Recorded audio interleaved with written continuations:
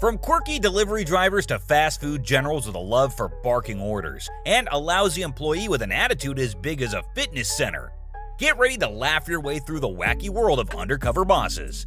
In this episode, we've got not one, not two, but three hilarious CEOs going incognito in their own companies. So buckle up and join us on this side-splitting journey through the crazy antics of Undercover Boss. In this humorous episode of Undercover Boss, Chief Brand Officer Sarah Bydorf disguises herself as a delivery driver at Boston Market to gain insights into her restaurants. To her surprise, she encounters a character named Ronnie, known for his non-stop comedic antics and witty remarks. Throughout the episode, Ronnie's lively personality and endless humor keep everyone entertained, adding an unexpected twist to Sarah's undercover mission. As Sarah navigates her role as a delivery driver, Ronnie's contagious laughter and amusing comments make for a truly unforgettable experience on this undercover adventure. Standard procedure is to greet the customer as they walk in, say, hello, welcome to Boston Market, blah, blah, blah, whatever. Because we have to make customers on a pedestal. Right from the start, Ronnie's big mouth and quirky demeanor were front and center. He couldn't help but rant about the blah blah blah procedures and treated the job like he was some diva on a reality TV show. But Sarah, bless her heart, tried to keep a straight face, even as Ronnie bossed people around and made snarky comments about the customers. Image. He started saying really negative things about customers, which sends up an immediate red flag. Children and old people are literally the worst I've ever seen in my entire life. But oh boy, things took a wild turn when Ronnie went on a tirade about the customers. He openly admitted to hating children and old folks, claiming they just couldn't talk or know what they wanted. Seriously, Ronnie? Major red flag alert. Just when Ronnie thought he was winning at the I hate customers game, Sarah decided it was time to drop the bombshell. My name is Sarah Bydorf, and I'm the Chief Brand Officer of Boston Market. Revealing her true identity as the Chief Brand Officer, she gave Ronnie a dose of reality TV he never saw coming. His eyes nearly popped out of his head as he realized his mouth had gotten him into hot water. Got me. I did get you. I got you saying a bunch of things about our customers, and you don't seem like you love to serve. So I don't know if this is the business for you. What I'm going to do is I'm going to send you home for the day. So that's it? That's all? Of course, Ronnie tried to play it cool, acting like he had no idea why he was getting the boot. I would tell him my attitude would change, but I don't know, I didn't think it was that terrible. But Sarah was having none of it. She spoke to the manager, making sure he knew about Ronnie's customer-hating escapades. And that was the end of the road for our diva employee. In the end, laughter and lessons were plentiful. Ronnie got a crash course in customer appreciation, and Sarah got to see firsthand the craziness that can unfold in her own restaurants. In this uproarious episode of Undercover Boss, Eric Casabury, the CEO of Retro Fitness, goes incognito in his own company as the quirky contestant Barry Gosh on a reality show.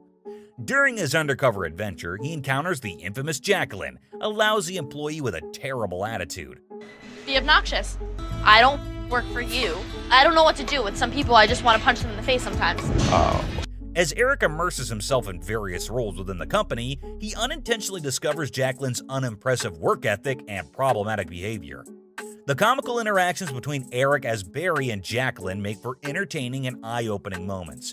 Stay tuned to witness how Eric handles this unexpected encounter and what changes he implements to improve his company. I'm telling you the way people like it. Okay. But if you don't want to listen to me, that's all good. You don't have to win. It's all good for me. I would love to listen to you. I Okay. just think that maybe we would go with the code. But Go ahead, go with the we'll code, go dude. with the code. Do it up. Jacqueline takes bossiness to a whole new level, dishing out orders like she's running a fast food joint instead of a fitness center. Her condescending tone and know-it-all attitude have everyone rolling their eyes, including her own CEO, unbeknownst to her. You meet her, she seems very nice, these big eyes, and nice girl, and nice smile, and you think, hey, all is right in the world. And then she opens her mouth, and she's like, the bats from hell start flying out. As Eric attempts to keep up with Jacqueline's antics at the juice bar, he can't help but snicker at her absurdity. She's so over-the-top bossy that you'd think she was training a platoon of gym soldiers instead of serving up smoothies. But Jacqueline's bossiness doesn't stop there. She goes on a rampage, wasting precious ingredients and instructing newbies to ignore proper procedures, all in the name of doing things her way. Talk about a recipe for disaster. We're not supposed to put more than what it says on the menu. I always put 2.5. We're not supposed to, but it tastes better, honestly. You don't have to go by the book with every situation in your life. The menu says medium, though, doesn't Yeah, it? but I'm telling you this way. This is how I'm telling you. Well, then. As the big reveal unfolds, Jacqueline's stunned expression says it all. She can't believe she's been mouthing off to the CEO himself. The realization of her actions hits her like a ton of bricks, but instead of showing remorse, she appears defensive and tries to justify her behavior. First of all, you're coming at me saying that I'm disrespectful to members, which is completely false. Jacqueline's ego remains intact, and she continues to assert her belief that she knows better than anyone else in the company. Because, no, don't, like, seriously, I don't. There's no answer you could possibly say right now to me. None. I don't know what you want me to say. Sorry. Eric, now back in his CEO persona, addresses Jacqueline's attitude and behavior head-on. He confronts her about the way she treats her colleagues and the lack of respect she shows to everyone around her. Jacqueline initially tries to brush it off, but the evidence from their interactions on the show is too glaring to ignore. During the candid conversation, Eric shares his disappointment in Jacqueline's conduct and explains how her attitude negatively impacts the team's morale and productivity. He also expresses his belief in giving second chances and offers her an opportunity to change her ways and become a positive influence in the company.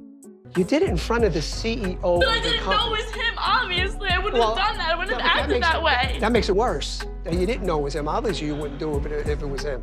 Whether Jacqueline takes the opportunity to learn from this experience and make a positive change, or remains stubborn and unchanged, the comical and eye-opening encounter leaves a lasting impression on both the CEO and the viewers. The episode serves as a lesson in humility and the importance of treating others with respect, regardless of their position within the company. Even face-to-face with the top dog, Jacqueline remains stubborn as ever, refusing to back down from her bossy ways. But Eric has seen enough. Her antics won't fly in his gym. You have to part ways. There's nothing else I could do. Thank you, Jacqueline. With this hysterical experience under his belt, Eric realizes the importance of weeding out lousy employees like Jacqueline. And yeah, maybe I dropped.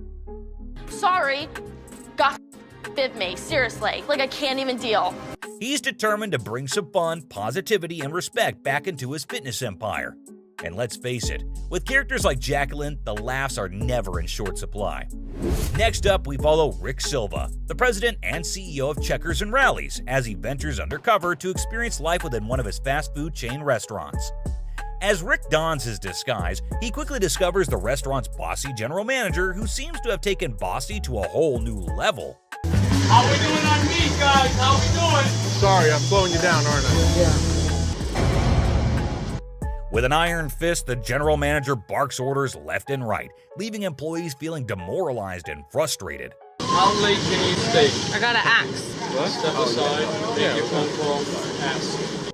Rick witnesses firsthand how this domineering approach affects the team's morale, and it's no surprise that the working conditions are far from pleasant. Hi. Sir, I need you to stop calling me right now because I'm no problem, sir. I have something down now. Amidst the chaos, one employee stands out, the ever-patient and good-natured Todd. Despite the relentless bossiness, Todd manages to maintain his composure and treat everyone with respect and kindness. He becomes a beacon of light in the midst of the general manager's storm. As Rick continues to observe, he learns from Todd's co-workers that the general manager's behavior has created a toxic work environment. It's clear that a change is desperately needed. Can I talk to you for a second? Of course. What excuse is there to talk to people without being respectful to them? I don't think I was disrespectful. You have to talk up. Why would I want to work for you with the way you talk to people inside there? Unable to hold back any longer, Rick decides to confront the general manager directly. In a heart-to-heart conversation, Rick tries to address the issue and make him understand the consequences of his bossy demeanor. However, much to everyone's surprise, the general manager remains defiant and refuses to change his ways. Despite the CEO's attempts to reason with him, it becomes evident that he is not the right fit for the position. Have you been in the fast food business before? No, I haven't. I've studied the restaurant business. No, not studied. Have you any experience in the restaurant business? I'll tell you exactly. I have been in the restaurant business for over 20 years. I'm CEO for this company. In a dramatic turn of events, Rick ultimately decides to take action and terminates the general manager's employment on the spot. The restaurant erupts with a mixture of shock and relief as the bossy reign comes to an end. Right now, you're not doing the job to our standard, and so you don't belong in that restaurant. Right here, right now, we're going to shut the restaurant down. As the episode unfolds, viewers are treated to a combination of comedic moments and a valuable lesson about the importance of leadership and treating employees with respect. Todd's unwavering kindness shines through, proving that a positive attitude can overcome even the most bossy of situations. With the general manager gone, the future looks brighter for the restaurant and its hard-working team. In this wild and crazy episode of Undercover Boss, Jane Grody-Abel, the badass chairman of Donato's Pizza Works, goes undercover at her own company and meets the delivery driver, Aaron. She initially thinks he's the perfect driver. As they hit the road for some deliveries, Aaron's delivery skills seem top-notch. Jane is like, hell yeah, this dude's got it, when they deliver to a customer named Mark. Hey, what's up, Mark? How you doing? Good, how are you? I'm pretty good.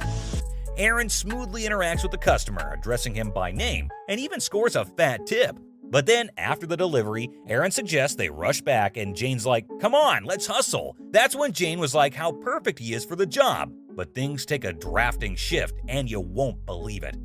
As they chat during the ride, Aaron spills the beans on his not-so-cool habits. Turns out, when he gets some extra time on his hands, he joins customers to smoke pot.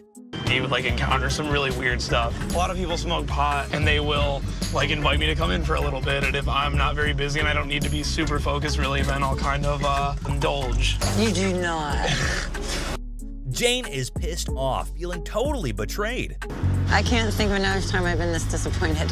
When you see so much hope and potential in someone, it feels like betrayal. She confronts Aaron about it, and it looks like she might have to let him go. I'm very upset. I can't believe you would, in your Donato's uniform, do something that's illegal. Well, you know I have to let you go. As a delivery driver. Really? But hold on. She sees potential in this guy, and she's willing to give him a second chance if he can pass a drug test in 30 days. I'm going to give you a second chance. If you can take a drug test in 30 days and come back and work in the kitchen. Wow. I really appreciate that. Aaron agrees to the deal, promising to prove that he's worth that second shot. Jane's like, all right, you better not mess this up. She tells him he can work in the kitchen while he proves himself. Don't let me down. Don't let yourself down. I'm not going to let you down. Jane's got a soft spot for Aaron, and despite her anger, she wants to see him turn things around. I thank her for giving me the chance that she's giving me, and I think in the long run, I'm going to show her how much I appreciate it. In the end, this Undercover Boss episode is one hell of a roller coaster ride, with Jane having to change and make tough decisions, but she chose to make the right one. In this hysterical journey through the world of corporate undercover, CEOs discover the power of humor and empathy. Thanks for joining me on this hilarious adventure, and don't forget to hit that like button and subscribe for more fun-filled videos. Stay tuned, because there's always more laughter and insight to come. Today, we're diving into an episode of Undercover Boss that unravels a shocking truth: employees who pour their heart and soul into their work, but aren't receiving their fair share. Tune in to witness the raw emotions as gratitude mixes with frustration when the truth unfolds. Will the undercover boss be moved by their employees' struggles and take meaningful action? Or will this be just another moment of corporate reality? In the bustling world of Mr. Rooter, a company that handles plumbing, electricals, appliance work, and landscaping, Dina held a significant role as an upper management owner. As someone with considerable authority and responsibilities, she was no stranger to the intricacies of running a successful business. A dedicated and passionate employee would lead her to a profound revelation about the emotional connections some workers have with their job and the unsettling truths that are hidden behind them. Rooters, as I know them, operate on a value-based culture of respect and integrity.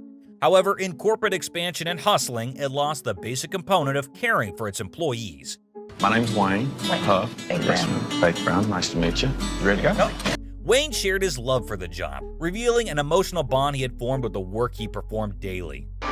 So what do you like? Mr. Rooter's kind of sentimental to me. My father worked for him before I ever came along. This man was not just an employee, he was a craftsman, an artisan who took pride in his skills. But at the same time, he was not feeling the best regarding employee payments. And what did he just say here? Did he end up owing them? Raising Cain about their paychecks. They had a guy who worked 60 hours. When they gave him his paycheck, he owed them $21.20. That's ridiculous. How does that happen? The revelation came as a surprise to Dina, who had not been aware of the problems bubbling beneath the surface. As Wayne candidly addressed these issues, Dina listened intently, realizing the significance of hearing the perspectives of frontline workers like Wayne. You expect you made $1,000 this week, you get your check and it's $500. The accountant would say, well, that's the way it's supposed to be, and nah. I can't believe she actually acknowledged the fact that he should be taking care of his family and not worrying about the paycheck. That definitely shows character. He goes ahead and tells her that he's not the only one facing this issue. Other employees were facing this as well, and there was some shady business going on in the upper management. But then I take into account everything that actually goes on with this company behind the scenes, and there's a lot of misery. Any person that is in a managerial role will be upset hearing this. She calls her secretary right away and asks her what's up. Hello, this is Mary. Hey, it's Dina calling. Seems like there's a compensation issue. The finance guy doesn't seem to have a lot of respect for his opinion. Can't fix anything if we don't know about it. So exactly. Now is the moment of truth. Will Dina address the concerns, or did she put up a good show? Oh wow, why is my first thought here about her short hair? So I talked to Mary Thompson, who's actually the president of Mr. Reader. I said, Mary, I'd like you to just check into this because Wayne's sharing a concern with me, and I'm going to continue to follow what's happening in this relationship. And so we'll take care of all of these compensation issues. She did take it up to the hierarchy and fix the compensation issues. That is commendable. Only if employers understand how important it is to look at things from a ground level in order to run a business smoothly. Alexander Valley Chardonnay. Really tough to all take in a really short period of time. What can you tell me about it? Well, I can read the back of it. What are those horns? Man, this guy's taking disguise very seriously. So it looks like this is a wine company CEO who is keen on how their operations and the employees work. Fair enough. It's interesting to see these CEOs get into a buddy-up situation where they actually work with an employee to see what it's like. But guess what? He finds out his skills have gotten rusty over time. It's half price today. I think that's right. And so this entitles... No, I don't know. I'll ask her. She's the... Yeah, but it'll all be good. A little bit rusty in the sales aspect. Talk about a wake-up call, man. Seeing his skills a bit rough around the edges makes him appreciate his hard-working crew even more. And he's stoked to have someone like Savannah who's got his back, sharing her expertise like a true team player. She's really good with her customer skills. Whoa, during their lunch break, the CEO discovers something that hits him hard. Turns out Savannah spills the beans about her employment situation. She's not a permanent employee, and that's why her paychecks have been painfully low. Talk about a gut punch. But that's not all. Savannah opens up about her personal struggles too. Man, life hasn't been kind to her. She lost her mom to a drug overdose, and on top of that, she's been through homelessness. It's like she's been dealt a really rough hand, and yet, here she is giving her all to her job. See, my mom passed away from a drug overdose as well. Yeah. She passed away, I was not even 2. So my dad was a single father, and so, you know, he's had his girlfriend, and then it was at the point where it just, no one got along, and then they pushed me away, and they told me to leave, and so I did. And so were you homeless? I was homeless, yeah. She's doing the best she can, but I was also thinking about those 3 kids. Hearing Savannah's story really shakes the CEO to the core. It's one thing to see the numbers on a spreadsheet, but it's a whole other ballgame when you meet the people behind those numbers. It hits him that he's got employees fighting battles he knows nothing about. Oh man, you won't believe the big reveal. The CEO sits down with Savannah, and he's got this huge grin on his face. I ran sales for Kendall Jackson for 19 years. Wow. I gotta work on my skills. You gotta work on your skills, yes, definitely. So I know you've been working hard. You told me that you work 6 days a week as a part-time employee. You know, you got 3 kids. Definitely. He's so stoked to share some life-changing news with her. Hey Savannah, he says, you know what? You've blown us away with your dedication and hard work. So here's the deal. You're getting a full-time job, and with that comes a sweet $5,000 raise. You are now a full-time employee. That's a $5,000 raise. Oh my gosh. We've actually suspended 401ks. You know, it's $1 million expense. But hold up, that's not all. The CEO's got more up his sleeve. He announces that they're bringing back the 401k plan for all employees. People like you that need benefits and have to think about their retirement. So as a company, we're actually going to restore the 401k in the next 30 days. Oh my God. How does that make you feel that that's because of you? Yep, you heard that right. The company investing in their people's future and making sure they've got a solid plan for retirement. It's like a wave of positive change is sweeping through the company. You can feel the energy and excitement in the air. The CEO's happy, the employees are happy, and heck, even I'm happy just hearing about it. This big reveal is more than just numbers on paper. It's a catalyst for transformation. The CEO's not just running a company, he's building a family, a community of people who support and uplift each other. In the next segment of this eye-opening journey, the hotel owner sets out on a mission to uncover the truth behind the bad bit his nose. He thought he was running a tight ship, but clearly there were cracks he wasn't aware of. At that moment, he realizes that it's not just about making money, it's about taking care of the people who make the magic happen day in and day out. These are the unsung heroes, the chefs, the staff, the heart and soul of the hotel. Time for the big reveal. I wonder what he has to offer to this passionate soul. Wayne's passion and determination leave David, the hotel owner, totally floored. It's like despite the limited resources, Wayne's been busting his butt and chasing his culinary dreams like a rock star. So there you have it, those jaw-dropping moments when employees get the boot from their bosses. We've seen some real doozies, haven't we? But now it's your turn to chime in.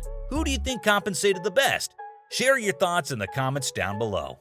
From a dispatch employee who gets aggressive with a customer over a call to a workshop employee who cuts corners on fixing, this video is going to cover some of the rudest and most idiotic employees who have ever been on Undercover Boss. Now, this one's gonna be one hell of a ride. Let's kick it off with this owner of a luxury chauffeur transportation service that has locations in over 700 cities worldwide going undercover. David Seelinger, chairman and CEO of Empire CLS, was this episode's boss, and he was going undercover to figure out whether his company was running smoothly. They're gonna see me sort of preppy. I don't know how they'll spot me looking like that. His first destination? Affiliate to Las Vegas, and he's gonna do some chauffeuring. But Seelinger off to a rocky start. You're not picking up a corp, you're picking up somebody that's alive. Smile. He was out with Jackie to pick up the first customer, and Seelinger was not exactly getting the picture. But once the customer inside the car, it was a mess. Okay. Watch your speed, won't you have clients? Watch your speed. Okay, you should have said watch your head. Damn, and that happened just after the warning Jackie gave. His driving skills were horrible. Jackie was not impressed. Honey cannot chew gum, drive, talk to the customers at the same time because it will be a fatality. She's not wrong. Things could have gone horribly wrong. But hey, things take a turn for the worse when Seelinger heads out to Secaucus, New Jersey to work at the Empire CLS headquarters. He was quite excited about this job since he felt this was an area of his business that he didn't have much hands-on experience with. Uh-oh, looks like the employees are gonna have to watch out for this since Seelinger is gonna be extra aware of everything that was going on there. Sometime later, Seelinger's on the grind at the logistics dispatch center, where they handle customers like it's the heart and soul of the company. They're teaming up with Anthony, a seasoned dispatcher, to pick up the tricks of the trade. Right off the bat, Seelinger's totally vibing with how Anthony gets things done. The perfect dispatcher is somebody that can juggle a lot of things at one time. Let me see if I can get you a price on that, all right? Now, Anthony gives a demo to Seelinger before letting him handle a customer call. This is when a customer calls in saying they have to make another stop. The customer explains his situation and Anthony asks the customer to put the chauffeur on the line. This is when Anthony has a sudden shift in his attitude. Yeah. Is this on the way to his house? You don't have me on speakerphone, do you? I want to talk to you, not him. He tells the chauffeur to take him off speaker since he only wants to speak to the chauffeur himself. Seelinger looks quite shocked at this rude attitude of Anthony's. Since the customer is asking for an extra stop, it definitely does cause a delay in the travel, but the customer requests this since he was a long-standing customer of the company. Despite this, Anthony doesn't seem to get it. I'm adding an extra stop. There's no question within my mind. But it's on the way home. You're lying to me. That's right, he calls him a liar. This guy was just asking to be fired. Luckily for him, Seelinger actually hears his story out, which ultimately lets him keep his job. This guy just cut it too close. After that, we have Mitchell B. Modell, the owner and CEO of Modell's Sporting Goods, who was featured in the first episode of the 4th season. He appreciates how well he takes his job, but was still curious as to why the store wasn't doing as well as the others. So this is when he finally gets a proper answer. You see, this store wasn't getting any high-end sneakers. What was even worse is that James had done his part of informing the helpline about the lack of stock, but to his surprise, knowing what she's going to be going home to. It literally broke my heart. He was in tears, and to be honest, anyone would after hearing that for sure. He knew he had to do something about it, so what he does next is shocking. That sure gotta do it. But hey, let's keep things moving.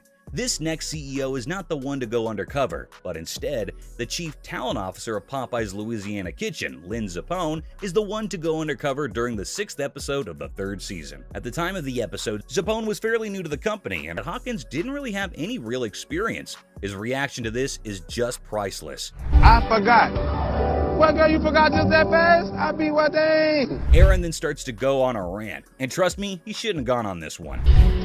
This complete and total for no reason. Like, what are you mad about? He did not like the corporate world that controlled the chains, and was very vocal about how he disapproved of his bosses who wore suits and walked around all haughty. Little did he know he was directly talking to one of them. Next up, this employee has a different approach when it comes to training newcomers. The boss is shocked to see that such an employee is working at his establishment. So, like this right here, because nobody is like in here, I would sweep that up. Okay. You can do it. This was the 5th episode of the 5th season of Undercover Boss, and the company for this episode was Menchie's, a self-serve frozen yogurt chain based out of Encino, California. Menchie's has locations in over 35 states in the US and in over 8 countries. The man leading this company was Amit Kleinberger. Kleinberger goes undercover as Alan Stein, an aspiring entrepreneur on a TV show looking for experience to start his own business. The camera crew were all set up under this ruse, and a fake host was even hired for this task. Quite the commitment to make sure things are low-key. After his first job in Seattle, Washington, Kleinberger heads out to Bonnie Lake in Washington to shadow yet another shift leader. Kleinberger is assigned to Drew, a shift leader working at the location. As Drew starts to explain the do's and don'ts of the job, Kleinberger is upset with the lack of enthusiasm that she explains with. She tells Kleinberger in the most boring tone about how things were going to work, and this has left Kleinberger in an annoyed state. Drew sure is pushing the boss's buttons without even realizing it. Since the customer walks in, Drew takes this chance to give a demo of what was supposed to be done and how. After this, Drew turns around to Kleinberger and tells him the importance of having to always keep a smile while on the job. But this is when Drew says something that will shock you. Pretty people should not do anything. Yeah, I plan to marry a plastic surgeon and not have to do anything. You want to marry a plastic surgeon? Yeah. That was Drew's attempt at cracking a joke, but Kleinberger doesn't seem to be too impressed by her. Behind the cameras, Drew says that talking to Kleinberger is like talking to a wall. No way to be talking about the CEO, especially not behind his back and on camera. Drew then explains some more parts of the job, and then tells Kleinberger to start sweeping the place while singing songs about how she doesn't want to work. Mind you that she's saying all this out loud while the customers are present. Kleinberger puts his complete effort into the jobs he's given, but Drew? She didn't seem too interested. Working the front of the house, I'm cleaning tables, cleaning the machines from the front, the drip trays, just taking care of the front of house. She doesn't glance over or even give him any instructions on how to do the job properly. All she had done was given a briefing, and then asked a newbie to clean up. This was no way for an existing employee to talk to a new one. The two of them go about the different parts of the job, and Kleinberger comes to the realization that he wasn't learning anything on the job. Drew constantly kept dropping hints at what she wanted him to do while she stood around bossing him. Kleinberger is pissed off, and he's disappointed that this was the way that his employees were being trained. After Kleinberger and Drew go drop off some of the garbage, the two return to the store to continue their shifts. During this, Drew says this to Kleinberger, and he will not believe it. Working here at Menchie's pretty much sucks. That's not my favorite. She thinks it's completely okay to badmouth the same company she's working for. Can you believe that? The hypocrisy is unbelievable. But she doesn't stop there. You gotta hear what she says next. Really? I feel like pretty people shouldn't have to do anything. Drew tells Kleinberger that pretty people shouldn't be allowed to do anything, and all Kleinberger can do is laugh at this statement. No employee has ever looked right in the eye of the boss and uttered these words. Drew sure is an example of a terrible employee. Following that mess of an employee, we have another one who managed to get on the wrong side of the boss when he tells the boss of something shocking. In the 4th episode of the 6th season, the president of Mako, an automotive car franchise, goes undercover to see if his company was functioning like a well-oiled engine. Jose Costa, the president of the company, was controlling over 480 shops throughout the US and more in Canada. Costa had made his way into the business after coming to the US as an immigrant. Despite being the president of an automotive shop franchise, Costa didn't have much experience with cars. Looks like his time undercover is gonna be tough. was shocked. I was expecting a younger person, but everybody gets a chance. Despite this, Costa was given the position because of his talents, and this says a lot about him as a person. While going undercover, Costa's concerns are on how well the employees and franchises were following the company's guidelines. Time on this fender, you get a half an hour to fix that. Like most of the episodes, Costa was going undercover as an Argentinian entrepreneur on a TV show trying to win his own business. Costa makes sure his disguise is believable, and then he's all set for his undercover job. Costa makes his way to his first job in Orlando, Florida, where he would be working as a body technician. Costa had particularly chosen this franchise since they had the best reviews for body detailing and ranked number 9 on the overall list. Costa is paired with Jim, a body technician working at the franchise. Costa makes it very clear to the camera that he was indeed nervous about the job since he had no prior experience in such a field. The two meet and Jim doesn't waste any time and instructs Costa to first go and change into the uniform. Jim then brings Costa over to the first car that he would work on and explains to him what all needed to be done for the job. Each dent and scratch that were on the car had to be cleared off within a specific amount of time. Otherwise, a body tech could be stuck on the same work for several hours, and since the employees were getting paid for the work they do and not the amount of time they work, time was money. Jim makes it clear that Costa gets what he's talking about. Time is money, time is money. If you want to make more, you have to work more. After this, the two of them get to work and Costa seems to be doing okay in his job. Meanwhile, Jim watches over Costa to make sure that the work is done right and on time. Costa is given a car all to himself to work on, and Jim comes and goes as he checks on the work being done. While sanding the car that he is given, Costa messes up, and Jim says that his 3-year-old child could do better. Jim struggles to put it as nicely as possible when it comes to telling Costa that he sucked. This is when Jim comes back around to the point of managing time and blurts out something he shouldn't have. What you can get away with when it's painted, you know what? Not every dent has to be 100%. Costa is disappointed when he hears this and even questions Jim. Jim replies telling him that cutting corners sometimes is alright, as long as the work is completed on time. Looks like Jim's got his time management down, but his ethics are still lacking a lot to be desired. This next episode is slightly different from the remaining ones, since the owner and CEO himself did not go undercover, but instead, he sent his chief operating officer who also happens to be his daughter. This was the 6th episode of the 4th season. The chief operating officer of the company. Tina Chu, the COO of Mandarin Restaurants, decided that she would go undercover in her father's place since he was way too recognizable. Tina goes undercover as Jenny, who is on a reality show as a trainee. I'm looking for Stone. Yes, I am. Oh, hi, I'm Jenny. I'm gonna work with you today. How are you? Welcome to Mandarin. Oh, thanks. For her 3rd job, Jenny heads to Oshawa, Ontario to work alongside one of the chefs. This was the most important part of the restaurant, since the food determined everything. Jenny starts her work with one of the chefs, Stone, and right off the bat, Jenny doesn't have a proper hang of her cooking skills. This is seen when Stone demonstrates how to cut the vegetables, and Jenny manages to cut her finger. Stone wasn't too impressed. What's your thumb? I'm finding it difficult to cut the vegetables evenly. The two of them then move over to the next preparation, which are the wontons. This job is so easy to Stone that he gives Jenny a challenge to complete wrapping 50 wontons in a matter of just 5 minutes. Mind you, this was no simple feat, but Stone seemed to be okay with Jenny working at her own pace. Without wasting any time, Stone moves on to the next dish, which was the soft noodles. This is when things start to get heated. I made a fire. Jenny takes over after Stone's demonstration, but cooking with a wok is no joke, and Jenny fails miserably. She even sets the wok on fire. If Stone hadn't stepped in, things could have gone terribly wrong. Man, Stone's definitely getting a raise after that one. Stone slowly starts to get weary of Jenny, and then reluctantly decides to teach her one of their specials, which is the Mongolian beef dish. After cooking up a serving, Stone tastes her dish, and things weren't looking good.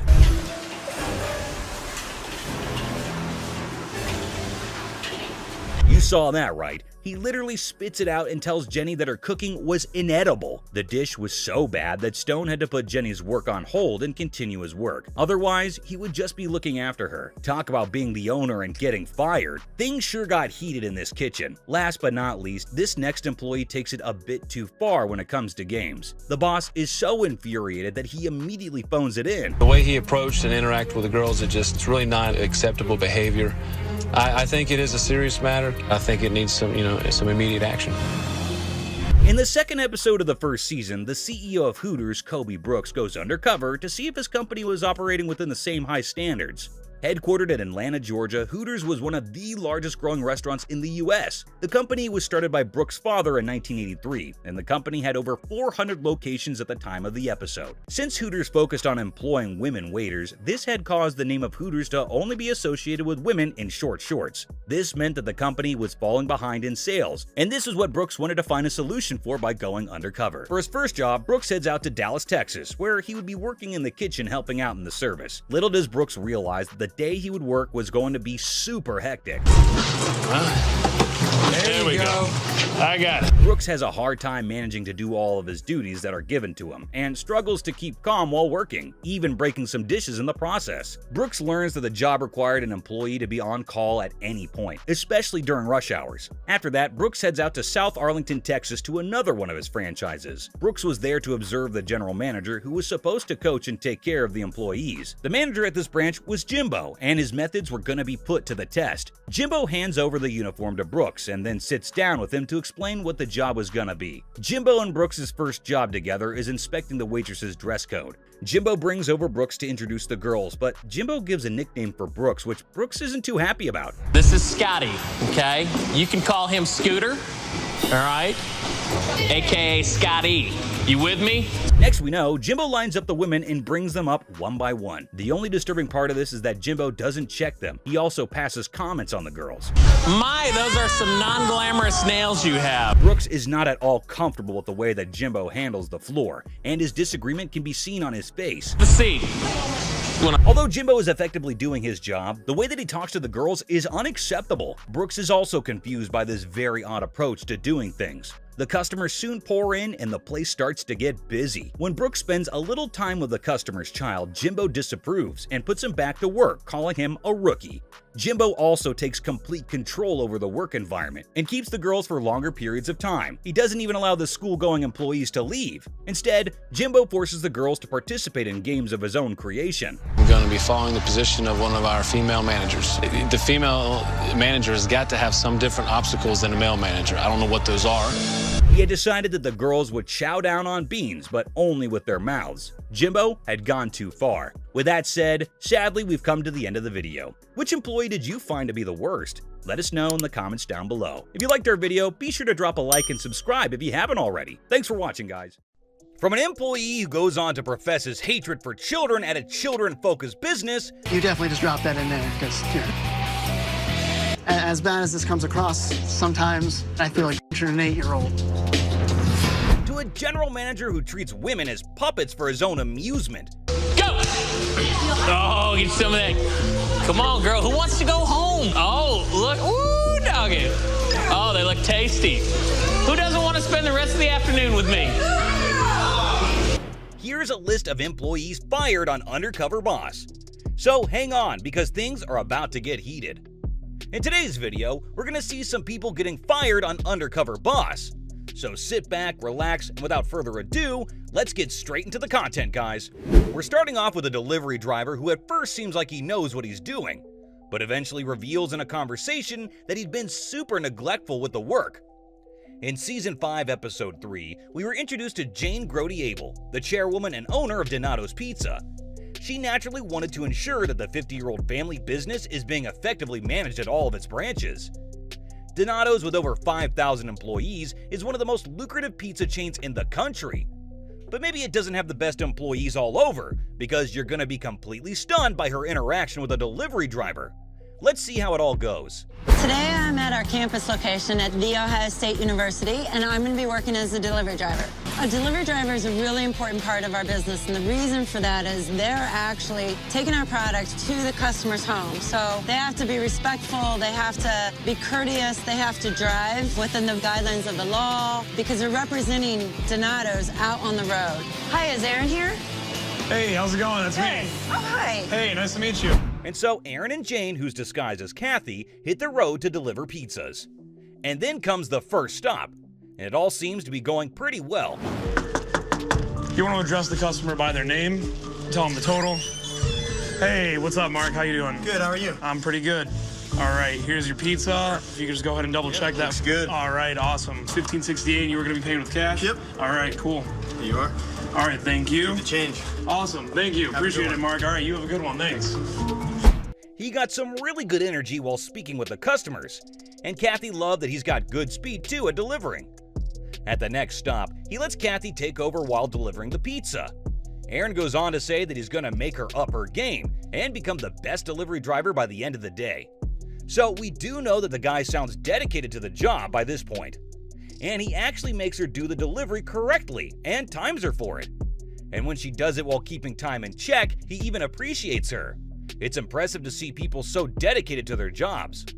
By this point, she's really happy with Aaron and how he engages with customers. But let's not be so sure, because what he's going to say next is going to change everything.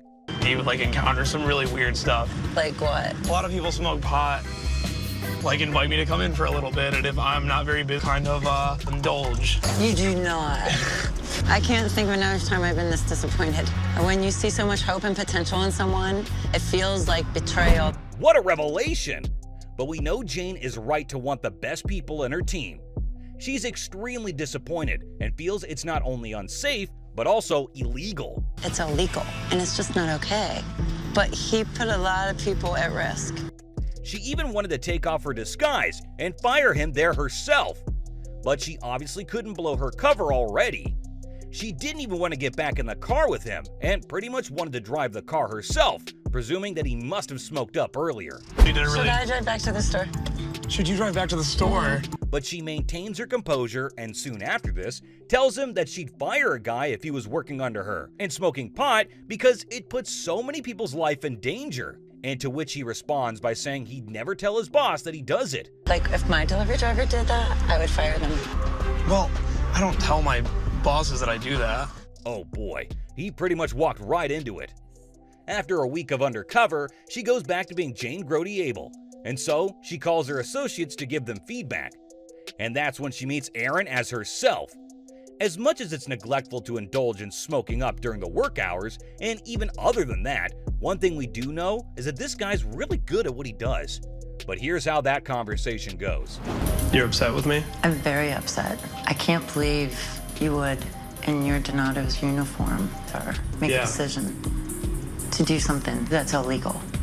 I apologize for that. I have to let you go. As a delivery driver. Really? Poor guy had so much potential. Next, we have a customer care agent who clearly does not know how to speak to consumers and doesn't want to assist them in any way. So in Season 6, Episode 6, we're shown Empire CLS. They say that the customer is king, especially if you're in charge of a chauffeur service like Empire CLS, which runs in more than 700 cities worldwide. David Seelinger, the CEO, posed as another employee, goes to Secaucus, New Jersey, which is the corporate headquarters, and he works in the dispatch environment. Oh, how you doing? Sonny, how are Sonny, you? nice to meet you, Nice Anthony. to meet you. How are you Nice to meet today? you. Good. Good. So you ready to get started? Yeah, I'd love to see All that. right, come on, have a seat. So after this, Anthony explains to him the workings on the screen, and that when the drivers are late, they call them to check on them. And it all seems to be going well, until this one call. David picks up the call to a man called Raman, who's only wanted to add one other stop that'd take him 2 minutes. So Anthony takes over the phone and asks the customer to pass the phone to the chauffeur. And what he says is going to blow your mind. Yeah. Is this on the way to his house? You don't have me on speakerphone, do you? I want to talk to you, not him. You tell me. I want your answer. I don't want him to tell me what we got to do. This is our company. This is your ride. So you could just let Mr. Hold on. Okay. Hi, how are you? The fact is the chauffeur's advising me that this is actually not on the way from JFK to the Bronx. He really could have handled this a whole lot differently. The customer goes on to tell him that he's born and raised in New York City, and it's not out of the way. But the customers are not supposed to be put in a spot to justify, at least not with the tone the agent was using. And that's not all. I'm familiar with the city as well, bro. I'm adding an extra stop. There's no question within my mind. I wanted to grab the phone from him. But it's on the way home. You're lying to me. Literally 10 feet, and then that's it. And I get right back on the highway. I'm beside myself. I am absolutely beside myself. I'm adding it. That is not the way I run my business. That's not how one's supposed to be speaking to a customer at all. Clearly, Anthony has no regard for the customer and is more concerned about arguing with him instead of actually maintaining good rapport with the customer. If he doesn't realize that he should be solution-oriented and not approach the situation with his defenses up, he's definitely in the wrong line of work. In fact, he then gets up and goes to smoke cigarettes and takes a break because he feels like it. And later on, David blows out his cover and speaks to Anthony. And here's how it goes. But it just has to stop. Yeah. Bottom line. Yeah. You can't act like that. You'll stay in the same place. You're not a victim. Victim of myself, basically, is what it is, man. Why? Talk to me. Come on. Seems like that was really required for the right functioning of the company. Next is a man who's going to get you fuming by representing everything that's wrong with society. In the second episode of the first season, we see Hooters CEO and President Kobe Brooks take the disguise of Scotty Archer and go to South Arlington, Texas as an assistant general manager. He then meets with the general manager to see if he's able to coach all the people under him the right way. This one will be a complete letdown and will make you want to respect every other lousy employee because he truly is the worst of them all. Scotty, how are you? Scott, Jimbo. Yeah, I'm doing good, man. How are you? Pretty good. That's your shirt. All right. A minute. Get changed, and then we will hook up in 2 shakes of lamb steak. And to your right. All right, thank you. It seems all fine until then, but then he starts calling each one of the girls, and what he has to say to all of them is too demeaning to watch. Bethany, front and center. It looks style to me. Okay, makeup, is it on? Yes. Raina? Is that right, Raina? My, those are some non-glamorous nails you have. Have a seat. Nobody saw that coming. He goes on to talk to the girls about their nails and about getting some tattoos. Maybe he should focus more on effectively boosting the brand's profitability, rather than encouraging ladies to get manicures and grow their nails. He even tells the girls to play a game. Let's see what it really was. Here's the rules of my game. The first girl that finishes her plate of beans will go home. Oh, go! Oh, get some of that. Come on, girl. Who wants to go home? Oh, look. Ooh, doggy. Oh, they look tasty. Who doesn't want to spend the rest of the afternoon with me? Yeah. They were inappropriate. They were wrong. I don't want any part of it. This man is insane. He obviously doesn't understand his responsibilities as general manager and only operates for his own amusement. It is cruel of him to treat women like puppets. This must be a lot for all the girls to deal with on a daily basis. And he even takes pride in his condescending demeanor.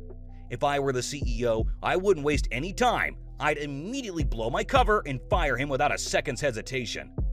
So he goes on to tell Kobe that that's how the work is done. The man's clearly exploiting his authority. Soon after which, Kobe unmasks himself. After that, we may have expected him to become afraid of how he's behaved in front of the CEO. But instead, he shows no signs of mindfulness at all. So Kobe tells him that he's got to apologize to his staff.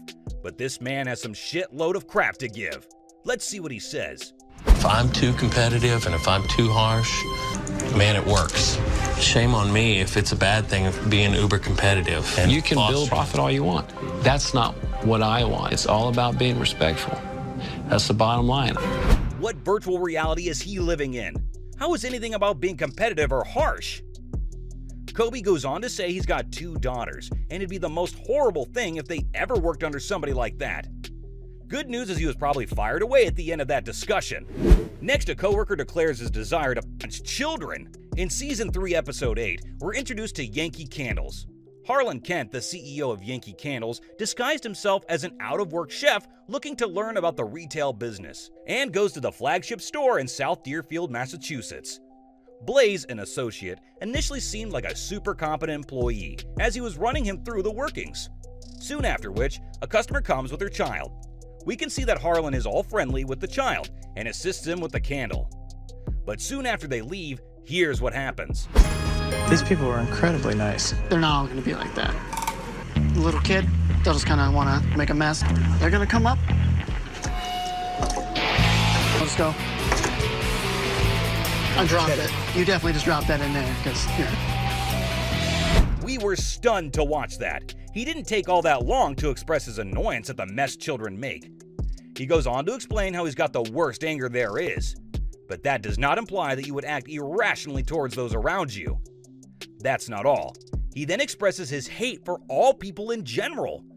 He's just doing his job so he keeps a smile on his face, but he's got no tolerance for anybody around. He's angry about something, but that's not great for all the rest of the team who does think that it's a great place to work. As bad as this comes across, sometimes I feel like you're an 8-year-old.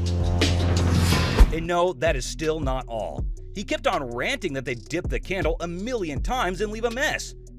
He goes on to blabber his relentless aversion to kids and the mess they cause, which makes him utterly furious.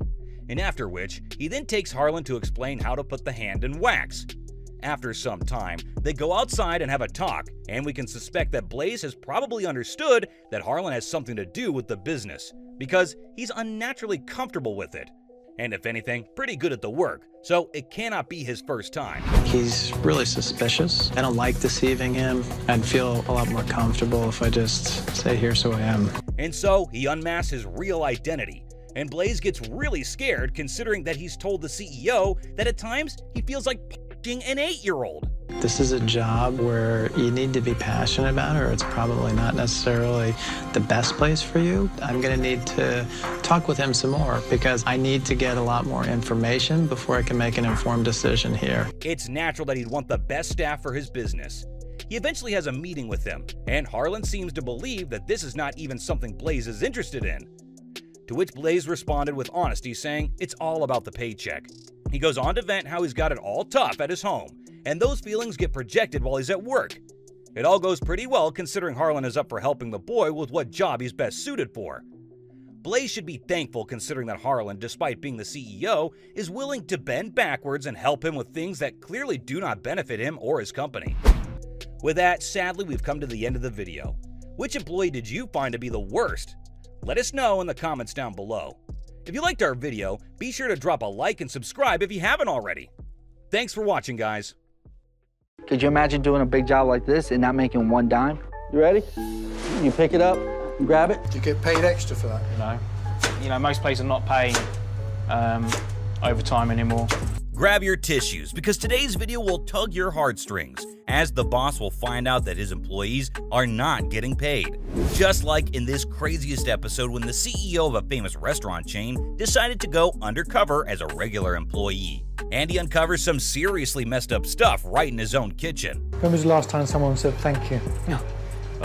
Long time, long time. As he dressed up in a chef's hat and apron, the CEO embarks on this eye-opening journey. And guess what?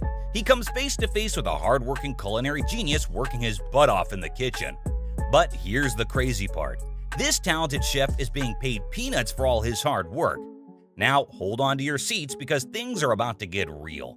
This undercover boss ain't gonna let this injustice slide for sure, because he is all about fair compensation and appreciation for those who make our dining experiences extraordinary. So, are you ready to witness the CEO's journey to empower this chef and change their life for the better? Let's get into it. In the video, we get a glimpse of Wayne, the chef who's a total beast when it comes to his work. Despite any challenges, he is super dedicated to his work. One thing that truly stands out is the fact that he's putting in work every week. How many hours did you do last week? I'm contracted to do 40, but I've done 40 plus overtime. Totally about 80 hours, 80 hours. Yes, you heard it right. A whopping 80 hours. Let that sink in for a moment, folks. 80 hours. It's like he never stops hustling, going all out in his craft. But you know what's messed up? Have a look at it for yourself. Do you get paid extra for that? No. Most places are not paying overtime anymore. He's not getting the recognition he deserves, and he's definitely not getting the cash he's earned. It's just sad, dude. Seeing someone work their butt off and not getting the props and rewards they should, it's a real letdown. Dude, when viewers saw what Wayne was going through, they couldn't help but feel sorry for him. I mean, who wouldn't be appalled by the fact that he was busting his ass for 80 hours a week without getting paid what he's worth? It's a total injustice that needs to be called out. Another viewer added, "This is absolutely unacceptable. Wayne deserves to be respected and properly compensated for his hard work. It's high time the owners step up and do right by him. And working 80 hours a week is no joke, my friend. It takes a toll on a person physically, mentally, and emotionally. It's a brutal schedule that leaves zero time for resting, personal time, or having a decent work-life balance. Wayne's dedication and going above and beyond should be freaking celebrated and not taken advantage of. It's a damn shame that he wasn't appreciated for it." Do you feel appreciated? Sometimes, not often, When was the last time someone said thank you? Long time, long time. It's true that we all were feeling bad for Wayne, and most of us get how much this must be draining him and hoping he could find a better opportunity elsewhere. Comments like, "I hope Wayne lands a job where his dedication is appreciated and he's given a fair workload," and "He deserves a break and a chance to thrive in an environment that values his hard work," shows that viewers want to see Wayne shine in a supportive and fair setting. I spent 2 days in this hotel, Wayne, and I left feeling a complete lack of pride in that hotel being in Best Western. The video is like a wake-up call, shedding light on the challenges faced by hardworking folks like Wayne in the industry. It's all about fair compensation, reasonable work hours, and a work culture that actually gives a damn about its employees. And Wayne's hustle should be recognized and rewarded. It's a reminder that every worker deserves respect and fairness, as many of us could relate to the struggles and few others hope for the best. Hold on tight, because shit gets real when the boss finds out that one of his employees is actually crashing in a damn homeless shelter. We live in a shelter now. It doesn't You even... live in a shelter? What kind of shelter? It was way worse than that. We've slept at bus stops. We've been down to where as though we didn't have any money to eat. Can you believe that bombshell? It's like a punch in the gut, man. It's a harsh reality check that exposes the struggles faced by hardworking folks dealing with homelessness on top of everything else they're dealing with. Hi, are you the contestant? I'm the contestant. Hi, nice to meet you. I'm Angel. I said I'm working with you today. Yes, you are working with me today. As the undercover boss digs deeper into this employee's story, you realize the weight of their struggles. This employee is busting their ass at work while not even having a stable place to call home. What I really want you to focus on today, Joey, is customer service, because that's the basis of everything that we do here, okay? My first impression of Angel is I'm blown away. The understanding how important customer service is. It's both inspiring and absolutely heart-wrenching to see someone give it their all, despite facing such unimaginable challenges. When I turned 25, I ended up being pregnant. And ever since then, it's just like times have been really, really rough. This whole thing makes us question what the hell employees are responsible for towards their workers. It's not just about giving a decent paycheck and some basic benefits. It's about creating an environment that genuinely supports and uplifts employees, no matter what they're going through.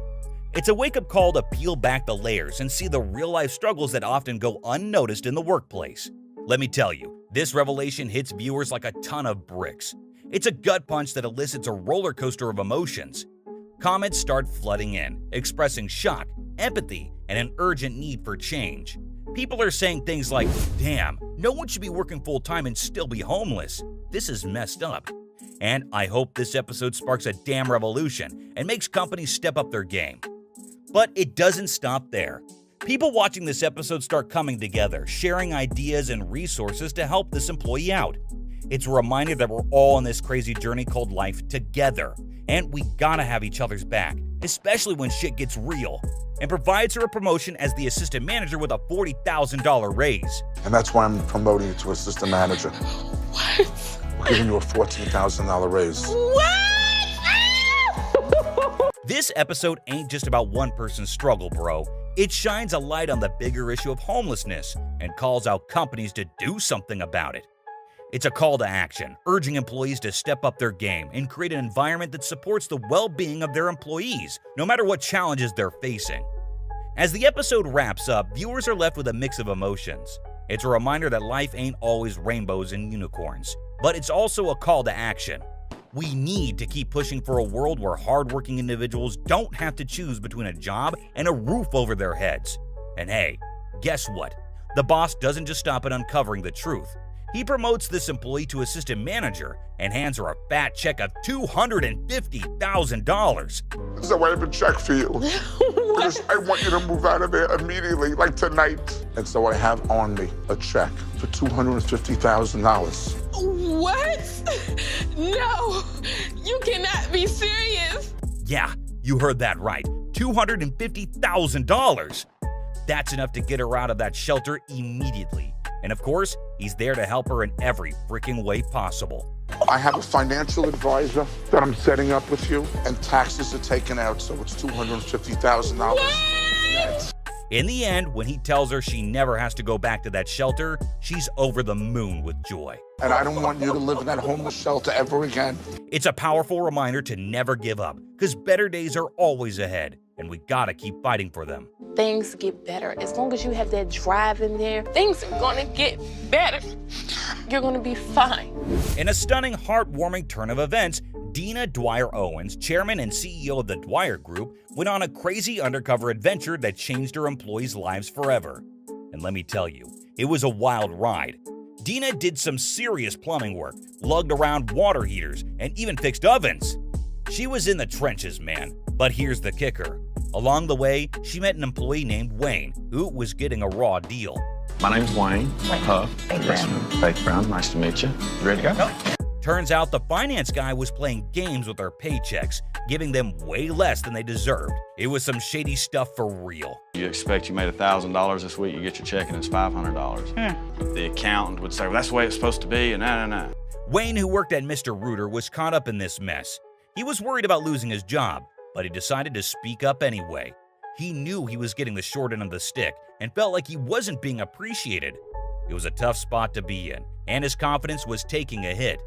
Now, as Dina went undercover, not everyone knew her true intentions.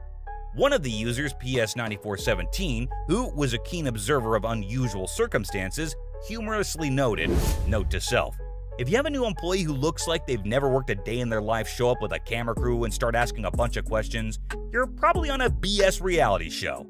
The presence of cameras and unfamiliar faces raised suspicions among some employees, unaware of the transformative impact that awaited them. Hello, this is Mary. Hey, it's Dina calling. Seems like there's a compensation issue. The finance guy doesn't seem to have a lot of respect for his opinion. Can't fix anything if we don't know about it. So Exactly.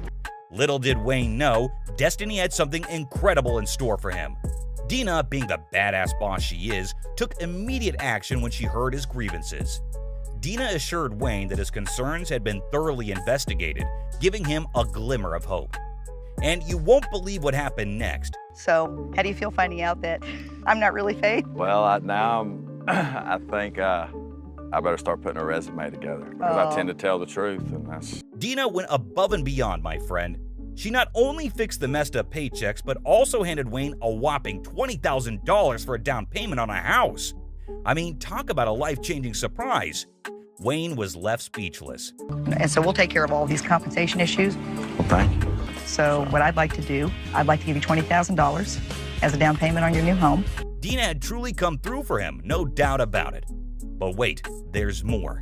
Dina's undercover journey led her to meet other incredible employees too. One of them was Jake, a team lead at the Grounds Guys. Looking for Jake?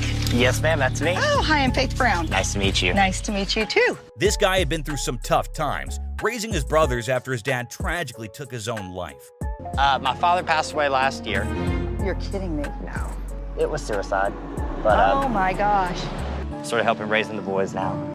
Dina was so inspired by his story that she made him a franchisee and even bought him a brand new truck. Now that's some serious support. And I think you're a guy who one day would be just the perfect franchisee for Grounds Guys. That's great. It's amazing. How would you like a new truck? I wouldn't know what to say. We have a new truck waiting for you, and it's big enough to hold all your little brothers. But it was Wayne, the female technician at Mr. Appliance, who really touched Dina's heart. This little country girl was a total pro, showing professionalism, expertise, and determination. Dina saw how Wayne went above and beyond for her family, even working a second job to save up for her kids' college education. I have 4 kids. You have 4 kids? You look old enough to have 4 kids. Thank you, I'll take it. Tana seems to be just fine working in a man's world. You know, she cares so much about the customer. She's just a great example of how women can do well in this type of a business. The big reveal was emotional to say the least. Dina recognized Wayne's incredible potential and set up $10,000 scholarships for each of her children, opening doors for their future success. I'd like to give you $10,000 to set up a scholarship fund for each one of your children. And as a token of her gratitude and admiration, Dina surprised Wayne with a cool $25,000 in cash. It was a symbol of appreciation for all her hard work. Give you $25,000 as a cash reward for being you. But that's not all, my friends. Dina encouraged Wayne to keep working full-time with the Dwyer Group and even invited her to join an initiative that empowers more women to pursue fulfilling careers within the company. So what I'd like for you to do is have you spend time with me creating this new program, and you'll get paid. It's $5,000 to help me, reach out maybe to women. I just need your help. Talk about a major boost. This whole journey was a roller coaster of emotions, man. It showed the power of a boss who genuinely cares about her employees. It's a reminder that good bosses make a real difference. And hey, Let's hope other companies take note and step up their game too. The truck driver's encounter with the undercover boss provoked strong reactions from viewers, leaving them feeling both angry and optimistic. You ready? You pick it up, you grab it. All it takes is just one slip up. You drop it, you can blow my back out, or I could do the same thing to you. Okay, we're turning. Could you imagine doing a big job like this and not making one dime? Yes, you heard it right. People were so mad and hopeful at the same time. They were furious about how this hard-working dude wasn't getting paid what he deserved. Like seriously, how messed up is that? It just shows that the whole system is broken and needs a major fix. One person went off saying, "It's a total travesty. This guy puts his heart and soul into his job, and he's not getting what he's owed. We gotta change this messed up system." But hold up, it wasn't all bad news. The boss undercover actually listened and was shocked by what he heard. We've had jobs where we have other agents will go out and say it's like for instance, this is supposed to be 15,000 pounds, right? But, you know, we get out there and it's like 30,000 pounds. I only have room for the 15, so now I have to hire an extra 2-3 guys and go get another truck because I don't want to inconvenience the shipper. Well, the company's not going to pay for that, you know what I mean? Can you believe it? Finally, some hope! People watching were inspired by the boss's response. He was all about making things right and improving the situation. But at the end of the day, the driver is the one that has to get a certain amount of pounds to fit in the space on his truck. And if that estimate is off, then his planning for his loads is off. That's something we need to take a hard look at. It gave everyone a glimmer of hope that things could actually change in the company and the industry as a whole. The viewers' comments were all about cheering on the truck driver. They were blown away by his strength and determination, and they gave props to the undercover boss for stepping up and tackling the issues head-on. People were like, "I hope this meeting brings about the change this dude deserves. He's busting his butt out there, and he deserves fair pay and recognition." And another person was like, "Way to go, boss. It's awesome to see you stepping up and making a positive impact. We're heading in the right direction." This whole thing made it crystal clear that workers everywhere need to be treated fairly and paid what they deserve. It sparked a huge conversation about valuing the hard work of people doing their jobs. Oh, and did you hear? The boss even dropped $10,000 for his kids' education. That's the kind of support workers need. So we'd like to give you $10,000 to apply for the education of your children. Thank you. The viewers' reactions showed that everyone's had enough of the unfairness and demanded change. They want employers to wake up and recognize the value of their employees' hard work. It's time for everyone to get their due and be treated with respect. You try to put money away to help the kids out with their education stuff. The United family wanting to give us something like this, I think it's amazing. I'll always be in debt and grateful for that. So to sum it up, that truck driver's encounter with the undercover boss hit viewers right in the feels. It got them all fired up with anger and hope at the same time. It exposed the messed up payment system and started a conversation about making things fair. People were fully behind the truck driver and grateful to the boss for taking action. Everyone wants a workplace where everyone is treated right and paid what they deserve for their hustle. In episode 7 of Undercover Boss Season 3, get ready to meet the Oriental Trading Company. The big shot CEO Sam Taylor decides to ditch his fancy suits and go undercover as a regular employee. Oriental Trading Company sells all sorts of party supplies, crafts, toys, and school stuff at affordable prices. Sam wants to see what it's really like working there, so he starts off at one of their warehouses with Andrew, who's in charge of showing him the ropes. Are you Andrew? Yeah, what's up, buddy? How you doing? Nice to meet you. Welcome to the dungeon. Now, Andrew spills the beans to Sam about the terrible state of the employees at that place. How long have you been doing this? Too long for no money. Despite busting their butts in tough conditions, they're not getting paid enough. Andrew believes they deserve better compensation for all they do for the company. We're making the same money as a lot of pickers and packers when we have the most physical job in the whole plant. As Sam and Andrew chat some more, Sam learns about Andrew's personal life and his family. I got 3 kids, 2 girls and a boy. I'm 5. You don't look old enough to have a daughter, 30. I'm 48 years old, and I have 2 grandbabies, 2 adorable little girls. One's 4 and one's 2. Oh, cool. Yeah. They both work their butts off for a few hours until their shift finally ends. But guess what? Even after they punch out, Sam discovers some serious issues that need fixing in the company. So you can't get in there for the course string? No, this stays locked. I think it's a bunch of bull. Andrew straight up tells Sam that he thinks some of the company's policies are just plain unfair. And he's got a point. What advice would you give to me As a business owner, starting up a new business, be different than OTC. Nobody likes to be criticized, so it's hard to hear the criticisms about the company, about me. When the time comes for Sam to reveal his true identity, he pulls a total boss move. He praises Andrew for his hard work and promises to make changes to fix the messed up system. These changes will benefit everyone working in the company.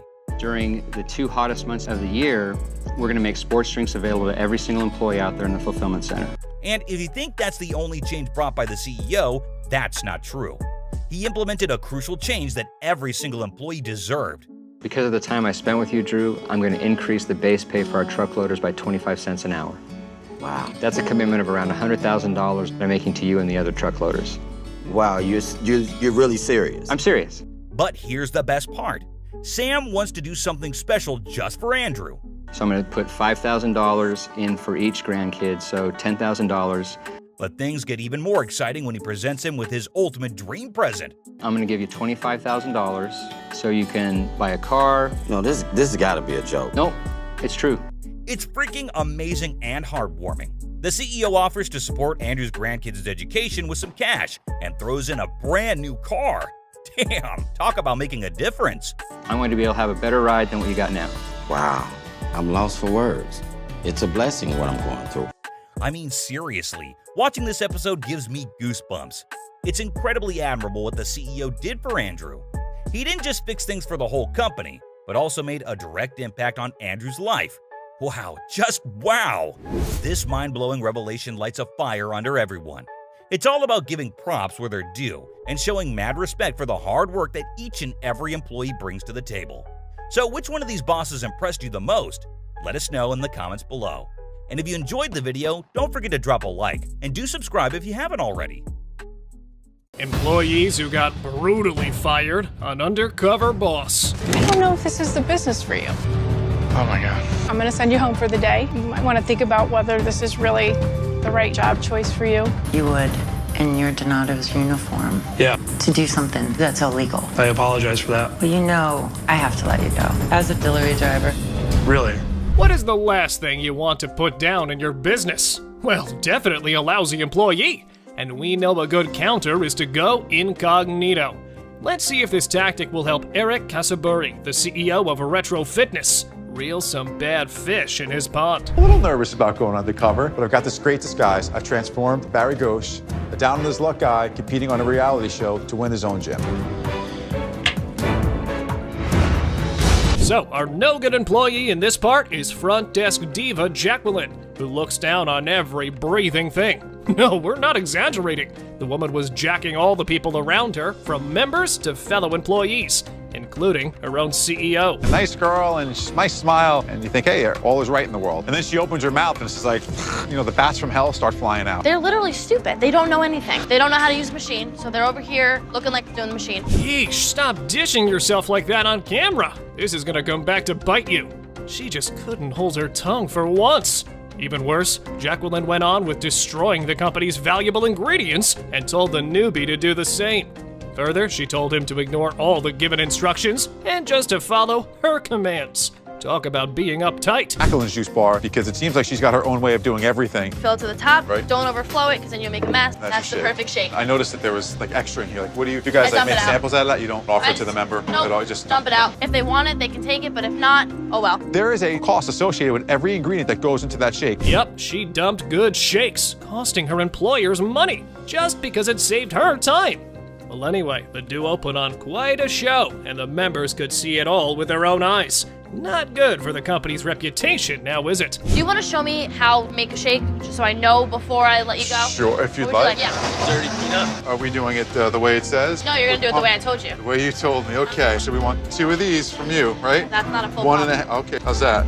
One more. 1 more. That's enough ice. Okay. I would normally hit the code, but Okay, well, I'm telling you the way people like it. okay. Believe it or not, Jacqueline's face told that she was not liking the new guy, as he couldn't keep up with her bossing him around, and their dynamic was just getting messy with every passing minute.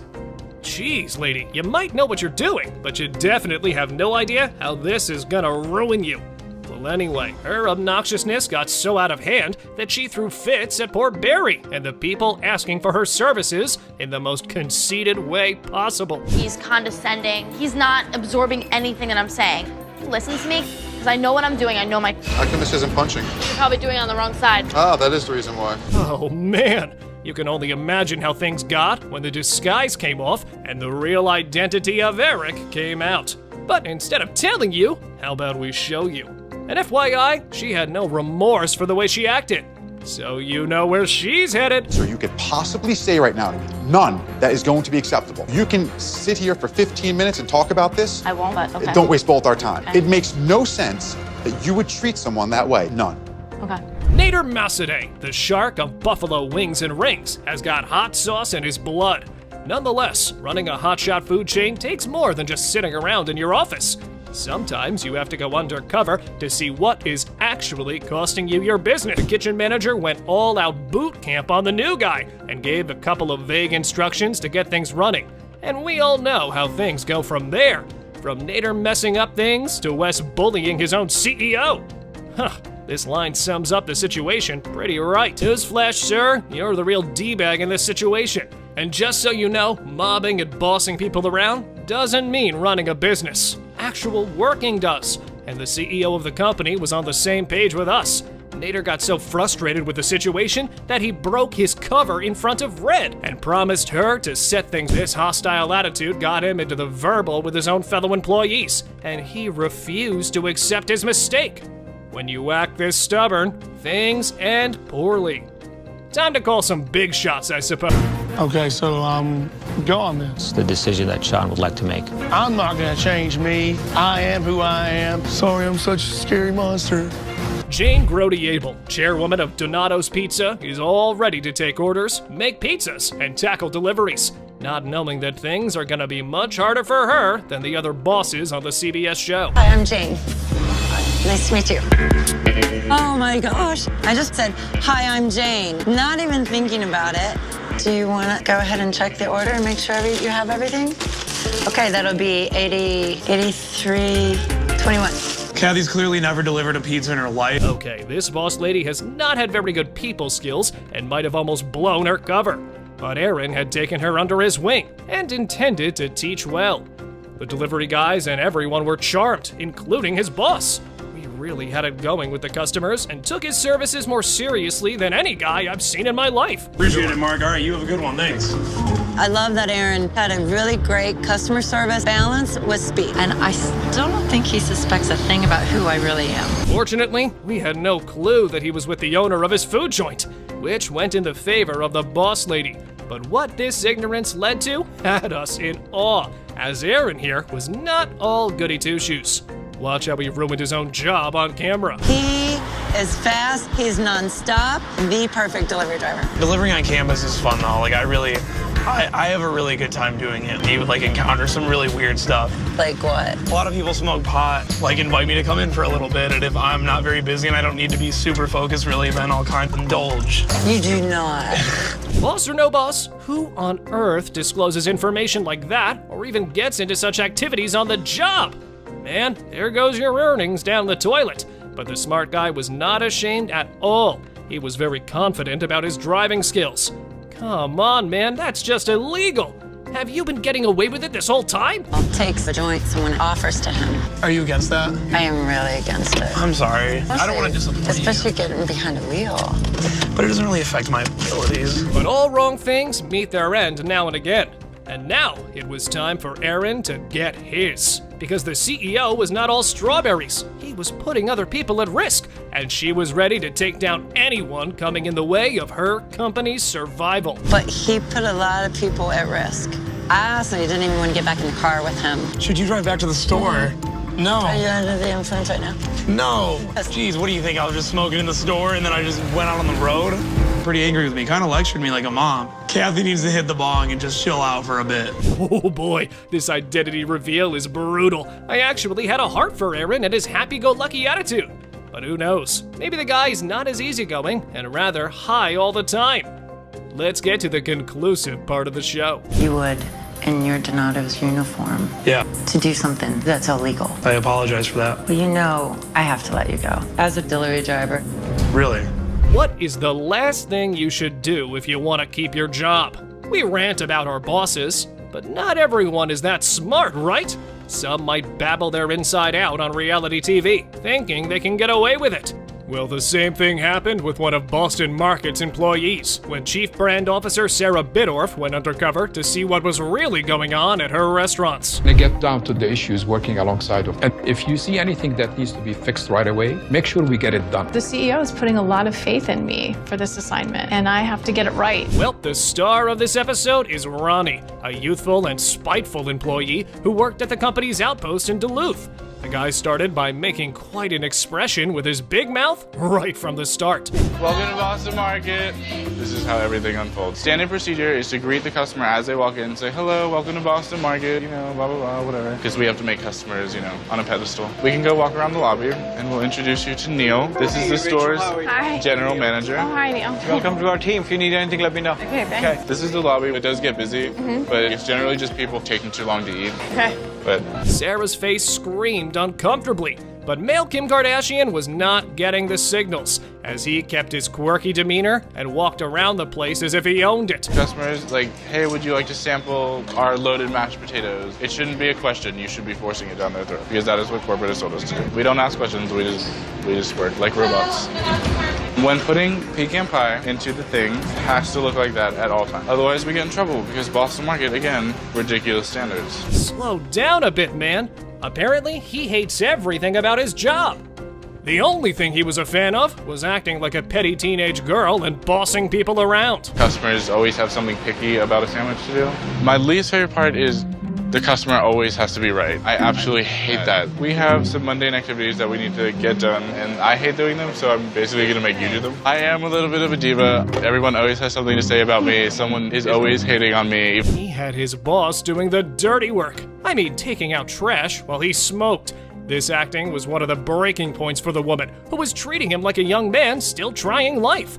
But this scene changed her perspective, and she realized what she was actually dealing with. I'm amused by him. The jokes about Kim Kardashian, those are all kind of charming until they, sort of piled on top of each other. These are our new napkin dispensers. Customers will literally sit here and take about 500 napkins and then just throw them all over the floor. They didn't actually need them. Customers do not care what it's like. Like, you could be 1,000 customers over there and they'll... After acting, the guy came back to teach Bidorf some more work. And while doing it, he made some negative comments about the customers he'd been serving. Yeesh, major red flags.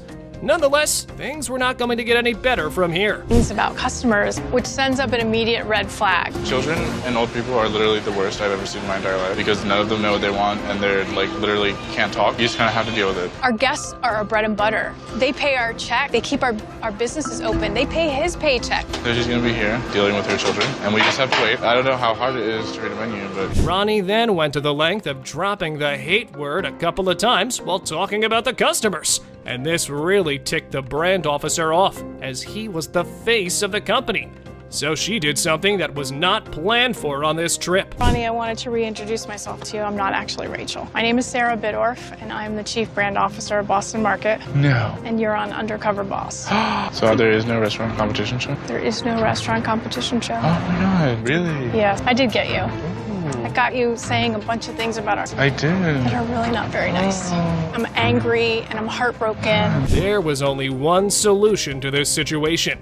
You guessed it right, send this diva packing. The odd part is that he totally denied the action and acted like he had no idea of why he was being sent home. But Sarah talked to the manager of the restaurant and made sure he knew that Ronnie had gone under his nose. Several times, actually, about hating customers. He what? We actually used the words, I hate our customers. Surprise. Oh, no, I'm no. sure you understand we can't have that. So we're going to need to terminate his employment. It makes me, it really upsets me. Yep, upsets me too. Upsets me too. We got to do what we got to do. I hate to see him go, but This CEO's company is kind of a crazy one, since this is not your typical brand or All visionaries who came before him, the owner of Bikinis is not content to rest on those laurels. So he bought a town in Texas and renamed it Bikinis. That was quite a brutal firing. CEO Harlan Kent is going undercover as Dan Johnson, and is ready to try and understand his business better. My coworkers will be told that I'm a contestant on a reality TV show called Second Chances, where I'm given a second chance at starting a new line of work. Kent's first job is at their South Deerfield branch. Just check out how cool this is. This is the most important store in terms of setting the tone for the Yankee Candle brand. Kent already has an idea of what he wants to see. Is there a real focus on customer service? Are people having fun, and are they feeling good? Because when people are feeling good, then they buy stuff. Kent is paired up with Blaze, one of the young sales associates. Are you going to be training with you today? Yes. Cool. We're going to do a few different things. We're going to do wax hands, which is just make a cast of your hand out of wax. It's definitely popular. Right off the bat, Blaze doesn't seem too thrilled to be working here, and Kent is slowly catching on to the fact. Guest comes up, you have the chart. Yep. And the instructions to make a rainbow. Over here, the biggest pain is just, kids are going to get messy. The first customer approaches, and of course, it's a kid. Blaze and Kent handle the customer well, while making the kid feel comfortable. Done this before? Yeah. You have? Professional? Here? Nice. Okay. Oh, is that a Christmas tree? Oh, that's so Very pretty. nice. Kent is happy with that interaction, but this is when Blaze turns around and says that he believes otherwise. Okay. Is that it? Great. Thank you very Thank much. you. Have a great day. These people were incredibly nice. They're not all going to be like that. Blaze even goes as far as reenacting what he thinks happens when kids are involved in such an activity. Oh my God. They're going to do whatever they want. Let's go. Blaze is on fire. He's so riled up by this one little thing that you won't believe what he says next. Well, no. You definitely just dropped that in there because here. And there has been instances where you're going to want to strangle and slap the kid. He said, "What?" Blaze then reveals to Kent that he is indeed a hot-headed person and isn't the most patient either. Completely honest with you, I have the worst temper. Kent is concerned for Blaze since he has such awful thoughts. As much as you hate whoever you're working with. He's angry about some things. I'm not sure what exactly it is that's making him angry, but that's not great for all the rest of the team. Blaze doesn't stop there. He continues to say things like, "They'll dip it 1,000,000 times, leave you a mess like this." As bad as this comes across, sometimes I feel like punching an 8-year-old. Kent is like a child and enjoys everything happening at the place, but Blaze isn't too thrilled to be there. Because it comes out of color. It's the Hulk. Absolutely. That's so cool. It's a weird situation to throw yourself into, throwing people's hands in. At the time of a reveal, Blaze has only come to realize that he's jeopardized his job. Blaze, imagine meeting you here. So I was curious to catch up with you, as you can imagine. Kent then has a talk with Blaze before deciding not to fire him despite all that. Blaze, using inappropriate language, especially in a place where you're trying to create a great atmosphere, that's just the wrong time. Good boss, bad employee. Blaze is lucky to have gotten that second chance. The next boss on this list is one of the first to travel all the way to Mexico undercover. Being the first boss to travel to foreign soil. I get you wet? I'm a little wet. But this isn't the first rodeo for Stephen J. Klubik, since he had previously done an undercover episode, and that was a big fail. Klubik has quite the work cut out for him.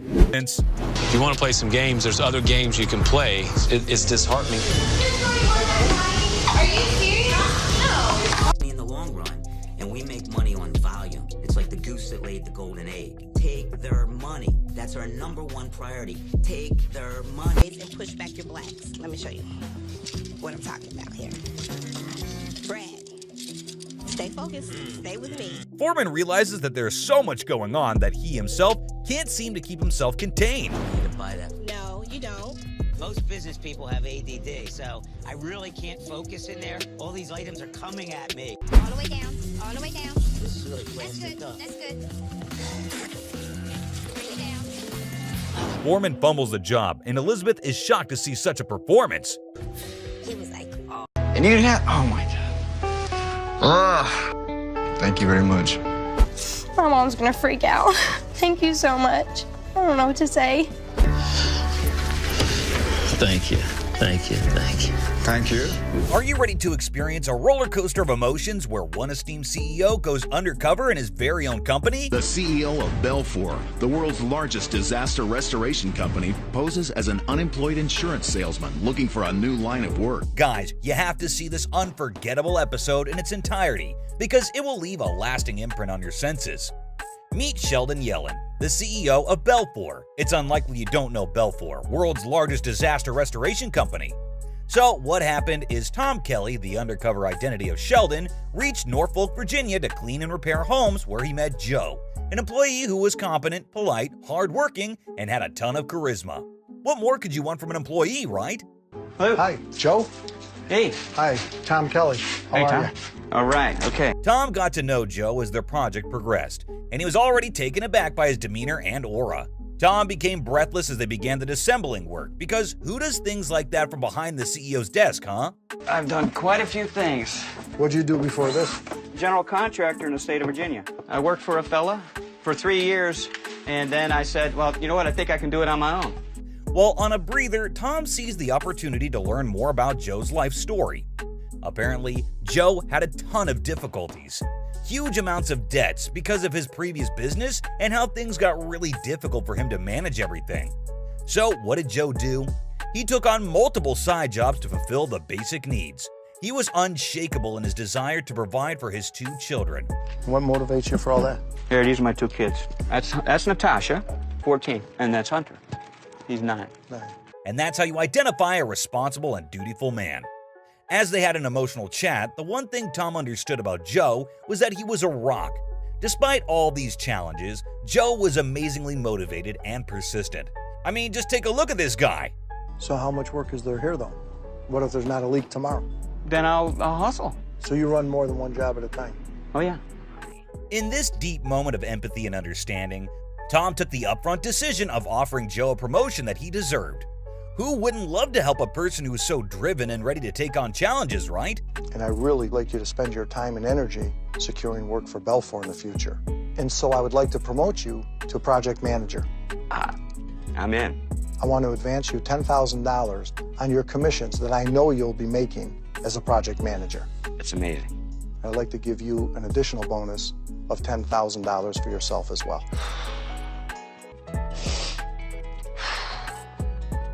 Wow, isn't it heartwarming to see one human recognizing the worth in another and respect and compensate that person? Sheldon turned out to be a CEO that isn't a psychopath, and Joe turned out to be an employee who was selfless. The perfect combination we were looking for.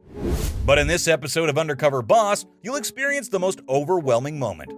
So this time, it was time for Joel Manby, the CEO of Hirsch & Family Entertainment, to disguise himself as John Briggs and visit one of his many centers. My name's going to be John Briggs, and I'm going to be a new recruit to our company who was just laid off from the auto industry, documenting what it's like to try out entry-level jobs at Hirsch. But there was one employee who immediately caught his attention, Mercedes. She was a personification of dedication and compassion, and captured his heart as the company's most devoted and nurturing employee. Her commitment and genuine care left a lasting impact on John, and this entire encounter was turning out to be quite the thing. So you do this, and you, Yep, I work in accounting and finance department. I also do events, hosting. Wow. Yeah. You're busy. I do pretty much a little bit of everything here. John was clearly impressed by Mercedes' versatility. Her life story definitely got John emotional, not gonna lie. I mean, this woman was doing everything to bring up her child by working multiple jobs. In a fast-paced world, the idea of finding peace resonates with many, but Mercedes was putting everything she had to make things work. 2 years ago, before I got this job, right before I got it, me and my son were homeless. You're kidding me. And my son was about 1 year old. We were staying in his school. It was a private daycare, and we were sleeping on the floor. Regardless of the immense difficulties of parenthood, she remained steady. Even in the midst of these trying times, her willful spirit never faltered. Her positivity and optimism was so inspiring that Joel did not fail to acknowledge her unwavering determination to never give up. He witnessed her relentless commitment as a parent, especially during these challenging times. Her resilience left an unforgettable mark on him, a living proof of strength and unwavering love. I think the more you know, the better. Yeah. The pay comes later, you know? Yeah. the attitude to just do it all on your own like she did, it's so amazing to me. Mercedes being in a bad spot but still came out shining is a proof that with gratitude and a great work ethic, someday or the other, you will definitely reach heights. You know, you just see so much pain, and you just think, you know, why does it have to be like this? You know, you want to help, but you can't always help everybody. Man, what an amazing person. What an amazing person. Witnessing Joey's emotional display was greatly moving. It's a rarity to encounter individuals of such high stature who embody both generosity and empathy. The combination of his position and his ability to genuinely connect with others struck a chord deep within, reminding us all of the immense power of compassion and kindness regardless of status. The first thing we want to do is give you an immediate raise. Oh my God. Because in honor of you making that huge move from being homeless into a new apartment, we're going to inventory with you everything that you need. And you just tell us what you need. That would be great. I want to see you achieve your dreams, okay? Thank you. All righty. Thank you so much. But hold on, it gets better. Knowing what Joey did to help Mercedes get out of the bad spot left me amazed. Mercedes gave such an important message to never give up and always take control of your life, no matter how many lemons life throws at you. But this next CEO, the boss of Twin Peaks, Randy Dewitt, decided to go undercover as Eric West to know the inner workings of his company, as he was extremely protective of its image. Randy reached the Twin Peaks franchise in Round Rock, Texas, and what happened next will leave you amazed. We want to be the employer of choice to the attractive girls who might want to work in our restaurant, so we've designed their position to eliminate any of the heavy lifting or dirty work. Really impressed with the way Randy cares and thinks about his employees. I mean, who sees that these days, huh? Hello. Hey, what's up, man? Kale, nice to meet you. I'm Eric. I'm a bar back here. What we do is clean, basically. So here's what happened. Eric's day at Twin Peaks started with meeting Kale, and oh, what a beautiful start to his day, meeting the most energetic and polite employee of the company. Moving further with their day, Eric got to know it's pretty hard and difficult to work as a bar back. I mean, take a look at this, you guys. Oh, no, and the inside? Oh, yeah. Handles on the outside, then handle inside. Oh, wow, they get slippery. Eric was literally struggling with the mugs. Anyone could have gotten annoyed by that, but Kale handled him so patiently without even bursting out. I mean, that's the epitome of a cool-headed and poised person right there, man. Also, seeing Eric got me thinking about whether I would have ever gone undercover if I were there at his place. No jokes, great willpower, Kale. It's extremely hard to work with utmost passion and dedication when you're carrying so much weight and manage to conceal it until someone asks you about it. Kudos. Well, Kale is a guy any business would love to employ. I mean, just listen to this. You gotta treat people right. That's the only thing you can do. And I completely agree with Kale when he said that we gotta treat people right. It was an eye-opening moment. And no, it doesn't end here. Kale is a pile of surprises. It got Eric stunned when Kale told him that he was a student in the animation college across the street. And guess what? Randy decided to help him out. You know, he's a special employee, and I sure want to figure out a way to help him achieve his dream. The end will make you believe in the saying, good things happen to those who hustle once again. Correct me if I'm wrong. I'm going to need some help designing that pin. I think you're the perfect man for the job, Kale. Thank you, thank you. And we're going to pay you for that, too.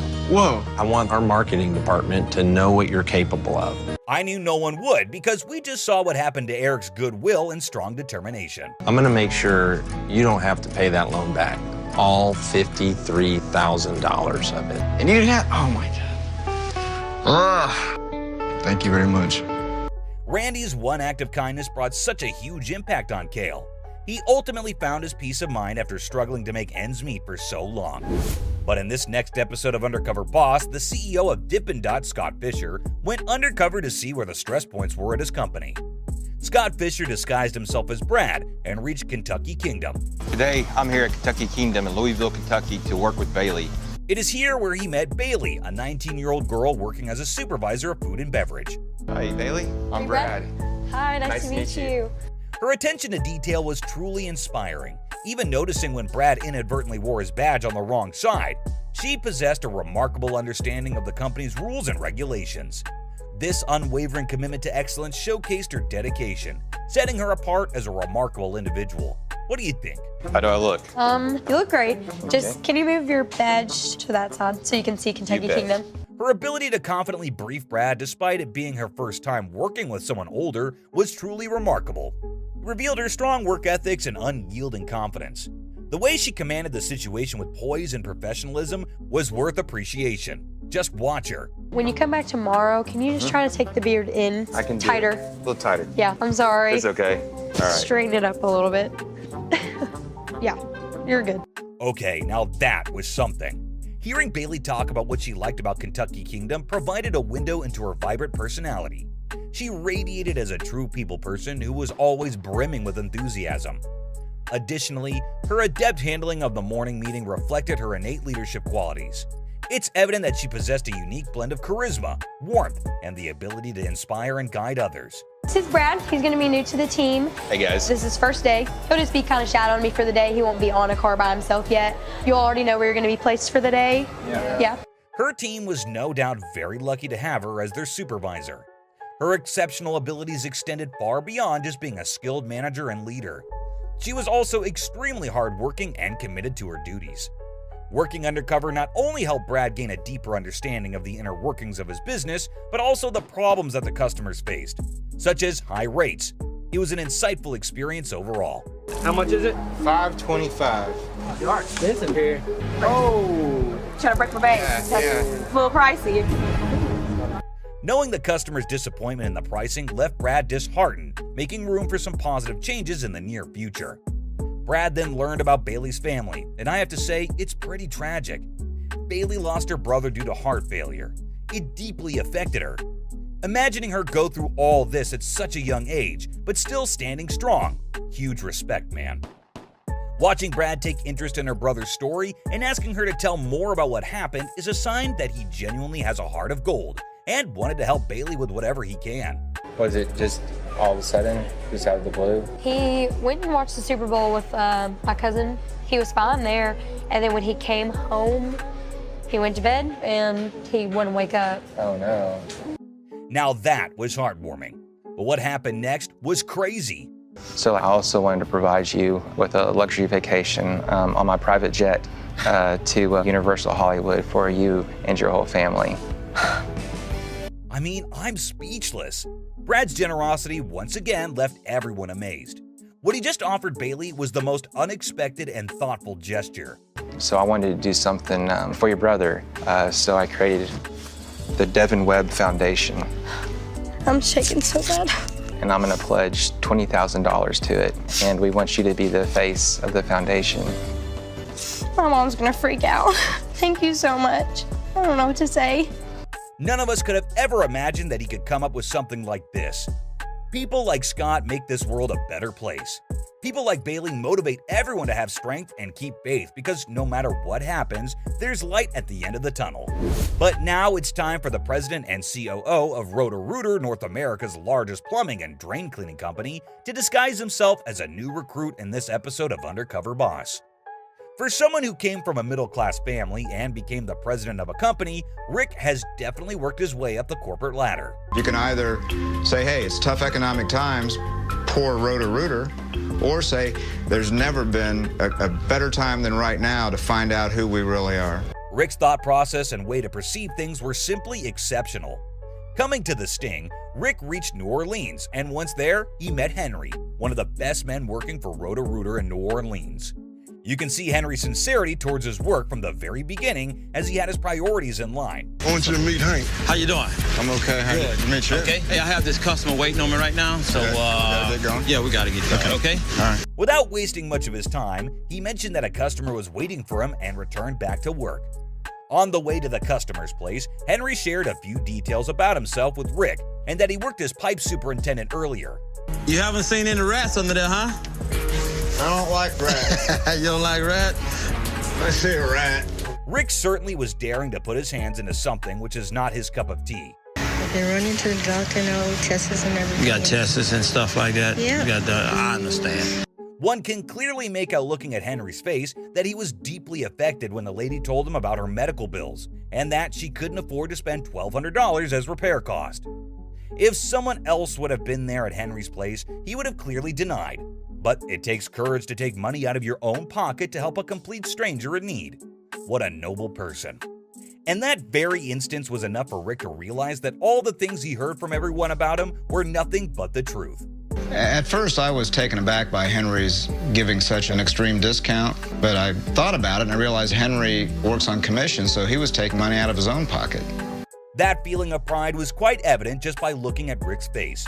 Without even Henry realizing, this act of kindness became the turning point in his life. As the day wore on, Rick realized that Henry was the go-to man for everyone, and he got a number of calls from the other field technicians. Watching Henry being the giver the whole day, Rick was intrigued to learn more about him outside the professional setting.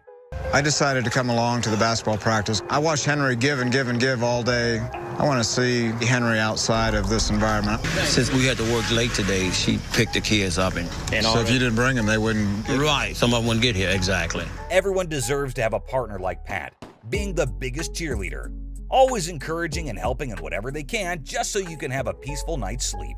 As for Henry, not only was he good at his technician job at Roto-Rooter, but he was also fully devoted and passionate towards being a coach and training the basketball team kids. Why do you think he does it? He just loves children. He could work all day on his job, go pick up the children that need a ride, coach. Henry's will to do good was incomparable, and without Pat being on his side, he would have never been able to serve so selflessly. She was his true soulmate. He seems like he likes this, so He loves it. He loves it. I think Rick entered Henry and his wife's life as a guardian to help them and support the work that they truly enjoyed. The company's going to give you a 15-person van to take all those kids to practice. And I've got the keys. Oh, man. The gesture of generosity from Rick towards their shared passion, despite it being unrelated to his company, was an example of him being an ideal leader. While gifting a van may not have been a big deal for him, but it definitely meant everything to Henry and Pat. Rick's selflessness touched their souls in ways words fail to convey. And what's more, Henry's promotion to field supervisor, first-level manager, and a raise was well-deserved. How about a promotion? Can make you field supervisor, first-level manager, and Roto-Rooter. Gonna give you a raise. Thank you. Thank you. Thank you. Thank you. But this episode of Undercover Boss was certainly the most fragile one till now. This time, Shelly's son, the CEO of Brightstar Care, nation's fastest growing providers of private health care, went undercover as Linda to work alongside her employees. Shelly reached her nursing home in Oakland, Northern California, where she met Arlene, the certified nursing assistant. And I can't tell you how special this episode is gonna be. It felt very gratifying to be able to do something for him as simple as combing his hair and blow drying his hair. I mean, it felt good and doing something for him that he might not be able to do for himself. It just melts my heart watching them take care of people so naturally. And of all people, Arlene was so natural. Everyone was so comfortable with Arlene, who was truly a delight to watch, but Linda was no less too. Linda wasn't hesitant to work with patients, and I love that. She definitely deserved to be appreciated, the way she blended in all the duties so effortlessly. Arlene's words resonate deeply with me. So what made you decide you want to be a nurse? Oh my gosh, I'm a single parent. How many children do you I have? have one daughter, Okay. and she's 7, so you know, it's kind of hard. CNAs only get paid so much. Arlene's incredible maturity at the age of 24 astonished me, balancing the responsibilities of caring for others while being a single parent to a 17-year-old girl filled me with admiration and awe. Her journey serves as a powerful reminder of the resilience and capacity for love that exists within us all. But then she said something that completely shook Linda up. You know, I felt like I was wasting my time, so I went back to school, like I'd say a week after I gave birth to my daughter. That must have been so hard. It was. Did she just say that she went back to school a week after she gave birth to her daughter? I have no words to describe her bravery. But there was more. My daughter's dad passed away at 16. He got killed by a drunk driver. The accidents she faced alone had a devastating impact on her. But despite that, she was determined to see it through. But then, there was something amazing in store for her determination and hard work. I have made arrangements so that that territory could be your franchise. $47,500, that's my contribution. No way. Shelly wanted Arlene's hard work to be rewarded, and what can I say? This employee truly deserved nothing but the best. So, which among these employees do you think was the best? Let us know in the comments below. And if you liked our content, don't forget to smash that like and subscribe to my channel immediately. See you next time, guys. I want to see this guy again. I want to see his badge, his IG.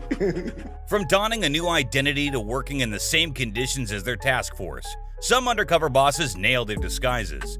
But one employee was so suspicious that he actually asked the boss to prove his identity. First up, we have the CEO of DHL, Phil Coachman from Australia, who joined the company 30 years ago and has worked his way to the top. He disguises himself as Eddie King, who's just arrived from Australia looking for a new job. Phil is more accustomed to sharp suits and, well, he's close to retiring at 64. So I think he's going to have a tough time pulling off this gig. DHL is a pretty physical job, actually, particularly in the front line. I would hope that I'm up to it physically. You see, DHL is a real hands-on job, especially on the front line, and Phil didn't want to mess things up. Did you know that the Brits are the biggest internet shoppers in the world? They spend about £68 million online and an average of $2,000 per person. So it's quite obvious that they'd expect some reliable and fast deliveries, and that's where DHL comes in. The company has a stunning turnover of £800 million, and they have a group of 4,500 employees operating year-round. With this insane growth, Phil's got some major concerns about whether customers' packages are landing where they should, and more importantly, when they should. Any failure to do so would land the company in trouble, and that would be an absolute nightmare. We might be pushing the whole network too hard. With the result, shipments ultimately don't get delivered on time, which would be a disaster. Apparently, 225,000 parcels which were promised failed to be delivered during a particular Christmas. And you know how disheartening that can be. Now, in a business as competitive as this, Phil knows that his company is a target for all his rivals who will not fail to take any opportunity to poach his customers. Which is why he made the drastic decision to go undercover. Cut to the moment when he walked into his very first sting for the day. And this is where he meets Vivian, one of the 400 call center operators. And she's to be his guide for the day. Hello, Viv, how are you? Very well, thanks. How you doing? Very well, thank you. You see, Viv and her team are trained to take over 100 calls a day and have a target of less than 4 minutes to handle each one. She first gives Phil a rundown on how things work at the center. And once they got to the real deal, Viv had to share something really important with Phil. Sometimes people just want to get things off their chest, and then once they've had their little moment, ask for the relevant information as you would with any call. So it was important for the operators to make the customer feel comfortable, rather than stick to the issue alone. You see, it's always good to give time to the customers to talk, and once they're done, the operators get into the relevant information. The amazing operator Viv has gone under a 6-week ramped-up training, and now this is the time for the CEO to taste it. But is Phil up for the job? You have to check this out. Hello, you're through to Eddie. Good afternoon. How can I help you? Hi Eddie, I'm just calling from Australia. You come from Australia? You see how they handle a tough situation? When a customer's parcel went missing, Viv and the team approached the problem effectively well. The call center procedure dictates the missing parcels and are routed to specific operators. And in this case, it happens to be Viv's colleague, Kath. Meanwhile, Phil was itching to solve the problem right there, but the company's red tape is holding him back. No, Kath had already told you she'll call her back. No, so look, you're wrong. just go back and say, Kath will call you back in a few moments. Hello, Marianne. So you see what happened there. Well, yes, the employee was trying to stick to the rules of the company, but Phil thinks that it's hindering the service rather than making it better. Anyway, since he's undercover and not the boss, he had to give in to Viv's instructions and hung up on the call. However, Viv was upset. This new guy who's still looking for the job was a bit too overbearing for her. He was here for one day, and he was acting like he was the one who'd be calling the shots. But this is what concerned Phil. She might have been a victim of people promising to call her back in the past and never got a call. Well, that's probably why the customer chose to wait on the call, and I think his concerns were pretty valid. It is these kinds of small cracks in the company that can land the entire business in thick soup. With that out of the way, the next stop Phil was headed towards was to meet those who work in the front line. This is the same depot that delivers to customers in remote locations. And for this, Phil starts his journey with a 31-year-old Martin who covers 600 miles across the city delivering orders to the customers. Eddie. Hi, mate. Martin. Martin, you're right. Good to see you. You'll be stunned to watch how the CEO of the company could pull this off. This is going to take us back to where we were really wrong. I just don't understand why it wouldn't take me on that A51. Because we're going the wrong way for that. You see, Eddie, aka Phil, was way too slow behind the wheels. The delivery, which should have ideally taken about 8 minutes, took a whole half hour to reach. But that's not even the most shocking thing, because what Martin said next was even crazier. Well, the theory is, down the road in Telford, the starting wage is about £3,000 more a year. You're working hard every day. You'd hope that you're paid the same as your colleagues. Absolutely. Phil was shocked to know that the frontline guys who did most of the job and put in most of the hours from their day were paid the least. And this was a very sad situation. Do they deserve a hike? Well, sure they do. And is Phil ready to give one? You're about to find out soon. But before that, let's take a look at what Phil was up to in his next pit stop, which was the shipment area. Once there, he meets up with a new trainer, Graham, and almost immediately picks up on the job. You must be Graham. Oh, well? Yeah, I'm good. Your name?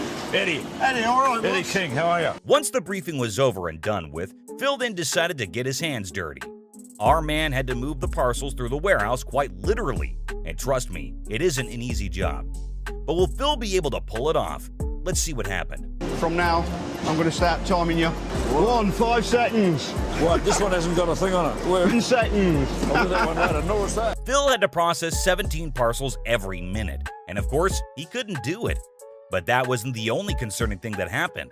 It appeared like Graham was beginning to get suspicious of Phil, and now that would be a really big nightmare for any undercover boss. I don't know. I look at people's hands. There's no dirt there. It looks like he's been in an office for a long while. When you ask certain questions, just don't seem right.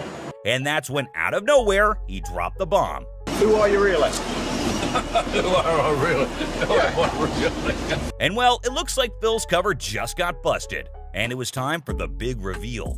Of course, this was going to be a secret for the rest of the day, but between the two, everything was now out in the open. Okay, the truth. But have you heard of this undercover boss?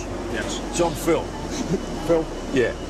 Nice to meet you. Yeah. Well, it was now time to get more inside information from someone who works at Ground Zero, and Graham felt heavily underappreciated, and needless to say, this left Phil greatly disappointed. You think I'm a number, I'm coming into work and I'm going home. Yeah. That is a genuine feeling. Yeah. Why don't you ever come upstairs and praise the girls' last team, what they're doing? Yeah. And that would mean a massive amount from just one boss to say thank you. I hear what you're saying. Up next, Phil was headed towards the busiest region of the UK, responsible for a third of all the UK, London. Once there, he meets up with Marcelo, who has been delivering DHL parcels for about 7 months. Marcello. Nice to meet you. Are you ready to go? Oh yeah, let's do it. Now, this guy was someone who had a happy and positive vibe, and this helped build a wonderful image with his customers. The two struck up a conversation, which is when Marcelo shared his experience with DHL. According to him, the company is 1,000 times better than any other because it gave a new life to an immigrant like himself. Marcelo then revealed more about his background and claimed that 14 years ago, he was forced to leave Brazil to find work to fend for his parents, who were poverty-stricken. Approximately how much money do you send home? I send about half my wage home. And DHL seemed to be the home he found far away from his own. You can say that it was quite an overwhelming experience for Phil after having gone undercover in his own company. And now that he had all the nitty-gritty details of what was happening behind his back, it was now time to reveal his true identity. Well, of course, all the employees who were summoned to the head office were sweating bullets. They were dying of anxiety, wondering what had gone wrong, or maybe they were about to get fired. Why else would anyone call a regular employee to the company's main headquarters? Well, turns out Phil had a surprise for them. And when the boss walked into the room, you have to see how the employees reacted. Here comes Viv's reaction. You're not Eddie. I'm not Eddie. You're absolutely right. Okay. Well, clearly she was in for a shock, but what this next employee did was unbelievable. I'm talking about Marcelo, who kept smiling all through the big reveal, even when Phil presented a long list of gifts to him. This included a full-term job and a free ticket to go meet his parents back in Brazil. So what I've done is I've drawn you up a contract for full-time employment. I'm going to fly you home to Brazil. You can go home and see your parents and have an early holiday. But here's the deal. Marcelo thought this was some kind of an elaborate joke. I mean, just take a look at how much he was in denial. I promise you, he's the boss. Really? Of the whole of DHL UK. No way. When Marcelo asked to meet Bill again, I assumed he might want to thank him. But what Marcelo asked for was very unexpected. I want to see this guy again. I want to see his badge, his ID. Well, can you believe that? Yep, Marcelo was so dumbstruck by everything that had just happened, he simply couldn't believe that the man was real. And once he got to meet Bill again, the boss was humble enough to prove his identity to his loyal employee. No questions asked. I just want to know if you're the Phil. I thought you're just an actor. An actor? I can prove to you, I'm not the actor. That's me. A little more hair with another governor. No way.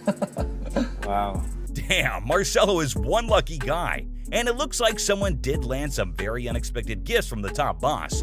Speaking of gifts, now tell me, who doesn't like chocolates, huh? Well, if you're wondering why I'm talking about chocolates, well, it's because we're now headed towards a factory which was started in 1907 by Richard Prudy. And I think you already know which company I'm talking about. It's the Prudy's Chocolate. This company has emerged as a staple in the Canadian West for the past 105 years with 61 stores across the country. Prudy's pretty much owns the market. Impressive, right? However, Karen, the CEO of 17 Years, has been finding herself in the thick of the competition, especially in the region around Ontario, which is why she decided to go undercover and know the truth about her business. I'm Karen Flavel. I'm the CEO of Purdy's Chocolates, and I've been with Purdy's over 17 years. The challenges facing Purdy's are mostly just growing in Ontario. So Karen donned the role of Devin Norris, a 28-year-old rock chick who had spent the last 5 years touring around with her band and now expected a stable job for herself. Let's quickly jump to the first stop, which was the roving line where chocolates are made. But here's something that might surprise you. It is here where 30% of the employees have been working for nearly 30 years. Once there, she was welcomed by Kathy, and both of them got busy making the famous cherry chocolate. So some of these that you've made are going to go into the purple boxes. That's such a cool feeling, actually. Yeah. During this time, Devin decided to dive deeper into Kathy's work and personal life, which is when the employee revealed this. I had plans to retire, but I had a grandson, and my husband and I chose to help our daughter and raise this boy. You did? Mm-hmm. Yes, Kathy found it important to keep the job and work her days off just to fend for her daughter and grandchild. And well, it's not common to see this level of commitment. Her grandson was now in college, and he had 2 more years to go. While Kathy herself had 2 more years to retire, everything seemed to work just fine. Yeah, so he's got 2 more years to go, and I have 2 more years before I retire, so things kind of just worked out. But Devin was moved beyond measure. But what happened in her next secret mission was even more overwhelming. The boss was now on a new mission to Alberta. This time around, Alicia was her trainer.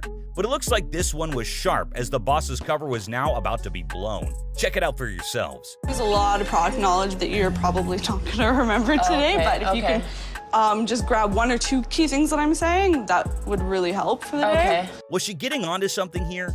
Those long stares and glances might just give away the boss's identity. But however, she continued the training, and soon enough, the doors were thrown open. And turns out, it takes a lot more effort and focus to handle customers on a daily basis. Oh, transaction not complete. Oh, sorry. And now I don't know where the bags are. But surprisingly, Alicia was impressed by the newcomer's enthusiasm and was just trying to appreciate her. Nice girl. Oh, bravo, you figured it out. 1307, please. Phew, that was surely a hard one. But just then, Alicia caught on to something which she never actually trained the newcomer for. Holy, did someone show you how to find out? I'm just shocked that you found that by yourself. How the heck did she know how to punch the numbers in when she wasn't even trained for it? Alicia probably got a hint of something fishy right there.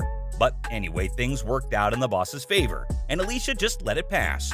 You catch on fast. I had to regain my composure. Wow, that was a narrow miss right there.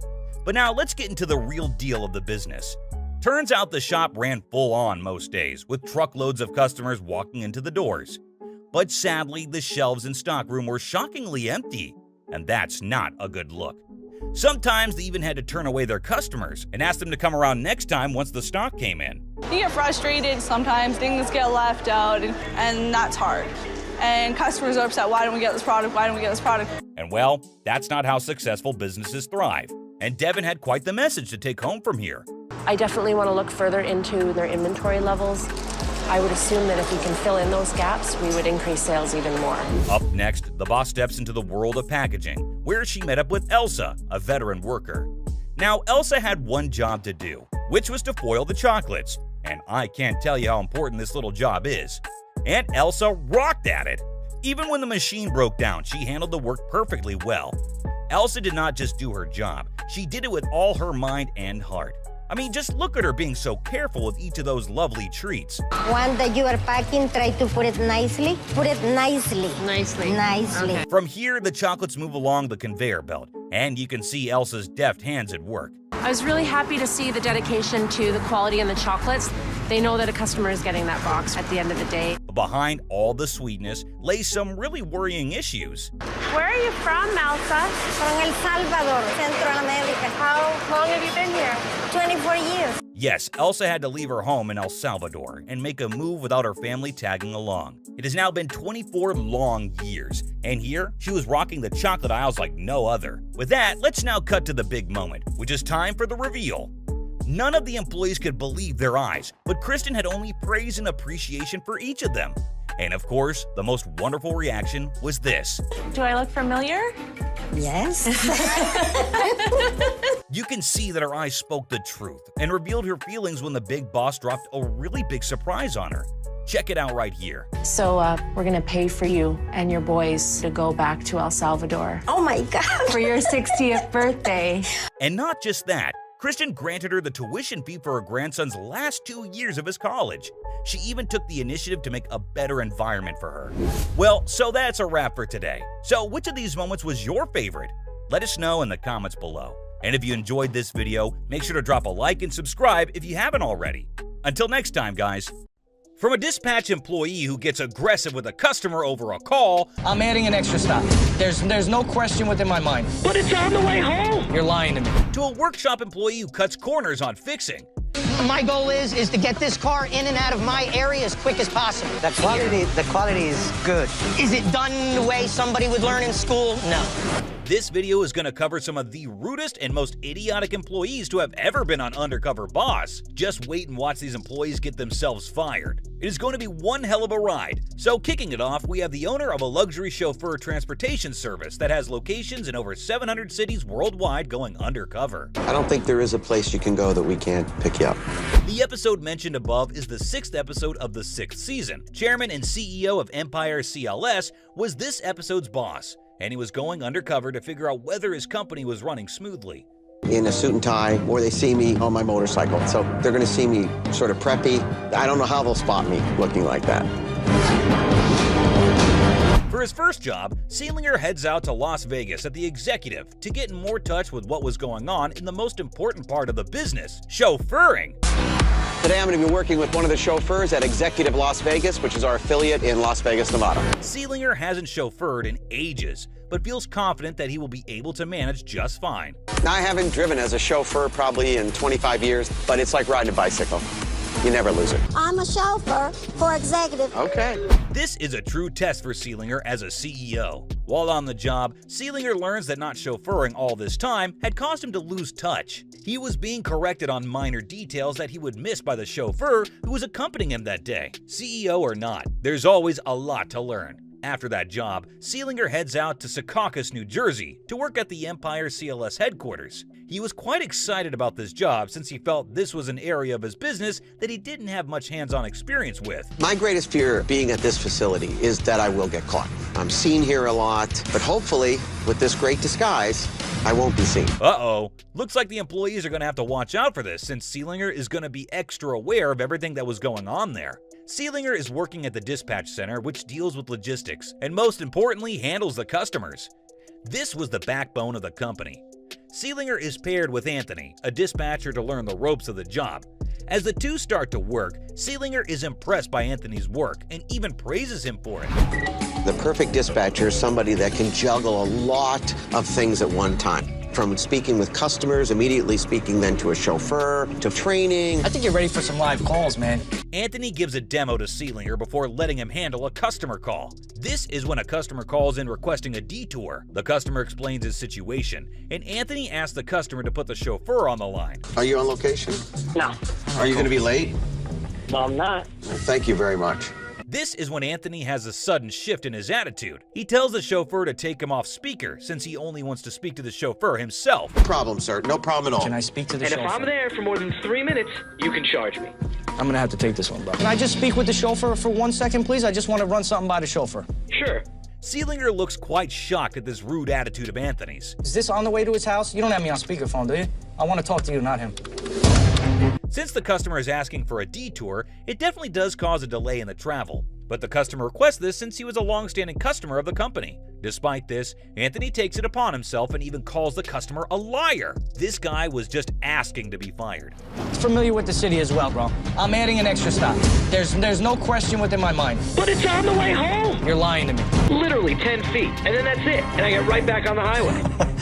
Luckily for him, Seelinger actually hears his story out, which ultimately lets him keep his job. This guy just cut it too close. Next up, this employee has a different approach when it comes to training newcomers. The boss is shocked to see that such an employee is working at his establishment. So, like this right here, because nobody is like in here, I would sweep that up. The toppings areas where it gets To be swept. cray.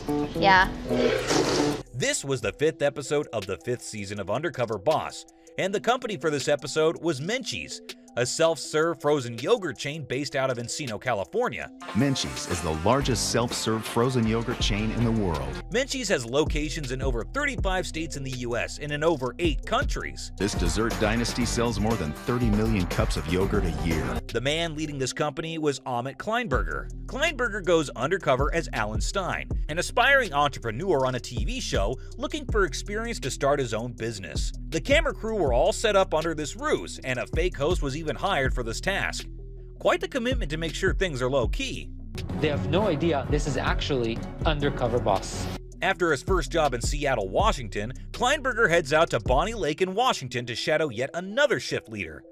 Hi. I'm looking for Drew. Yep, that's me. Hi, I'm Alan. Hi. Kleinberger is assigned to Drew, a shift leader working at the location. As Drew starts to explain the do's and don'ts of the job, Kleinberger is upset with the lack of enthusiasm that she explains with. She tells Kleinberger in the most boring tone about how things were going to work, and this has left Kleinberger in an annoyed state. Someone walks in the door, greet them right away. You know, hi, welcome to Menchie's. How you doing today? Whatever. Drew sure is pushing the boss's buttons without even realizing it. Since a customer walks in, Drew takes this chance to give a demo of what was supposed to be done and how. After this, Drew turns around to Kleinberger and tells him the importance of having to always keep a smile while on the job.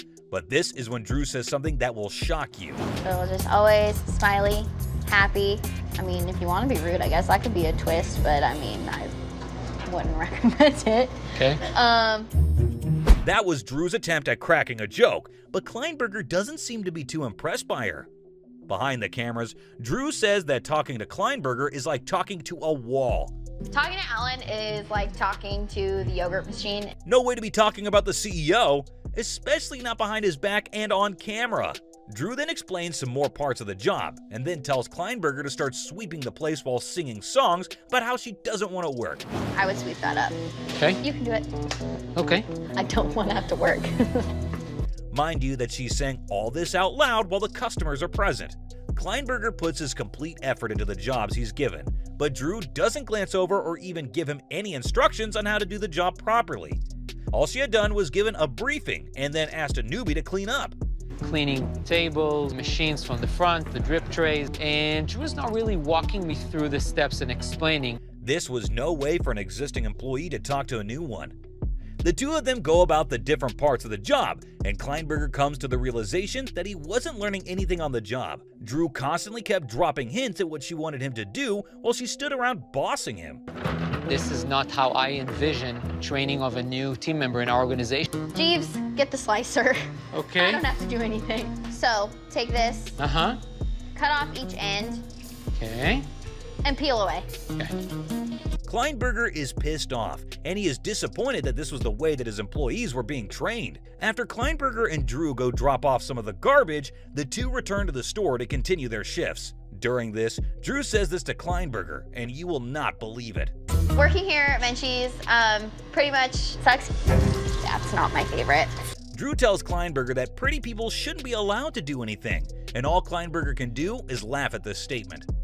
No employee has ever looked right in the eye of the boss and uttered these words. Drew sure is an example of a terrible employee.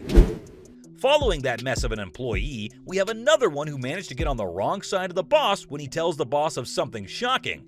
In the 4th episode of the 6th season, the president of Mako, an automotive care franchise, goes undercover to see if his company was functioning like a well-oiled engine.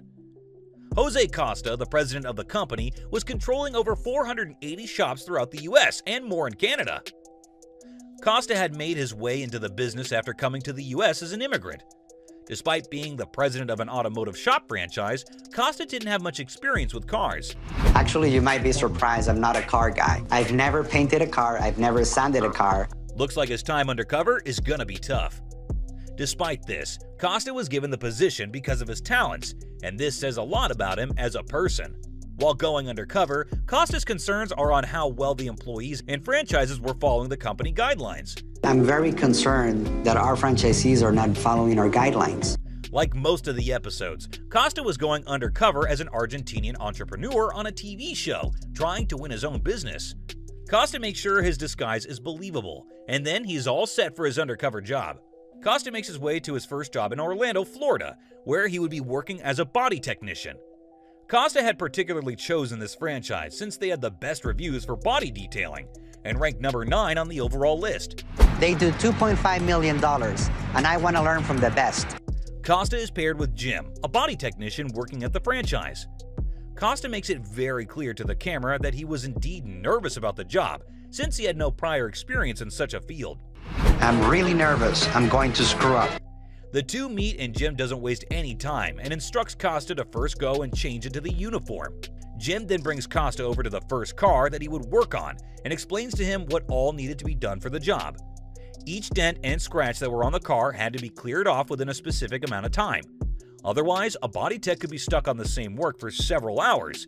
And since the employees were getting paid for the work they do and not the amount of time they work, time was money. Jim makes it clear that Costa gets what he's talking about and tells this to him. Time is money, time is money. If you want to make more, you have to work more. After this, the two of them get to work, and Costa seems to be doing okay in his job.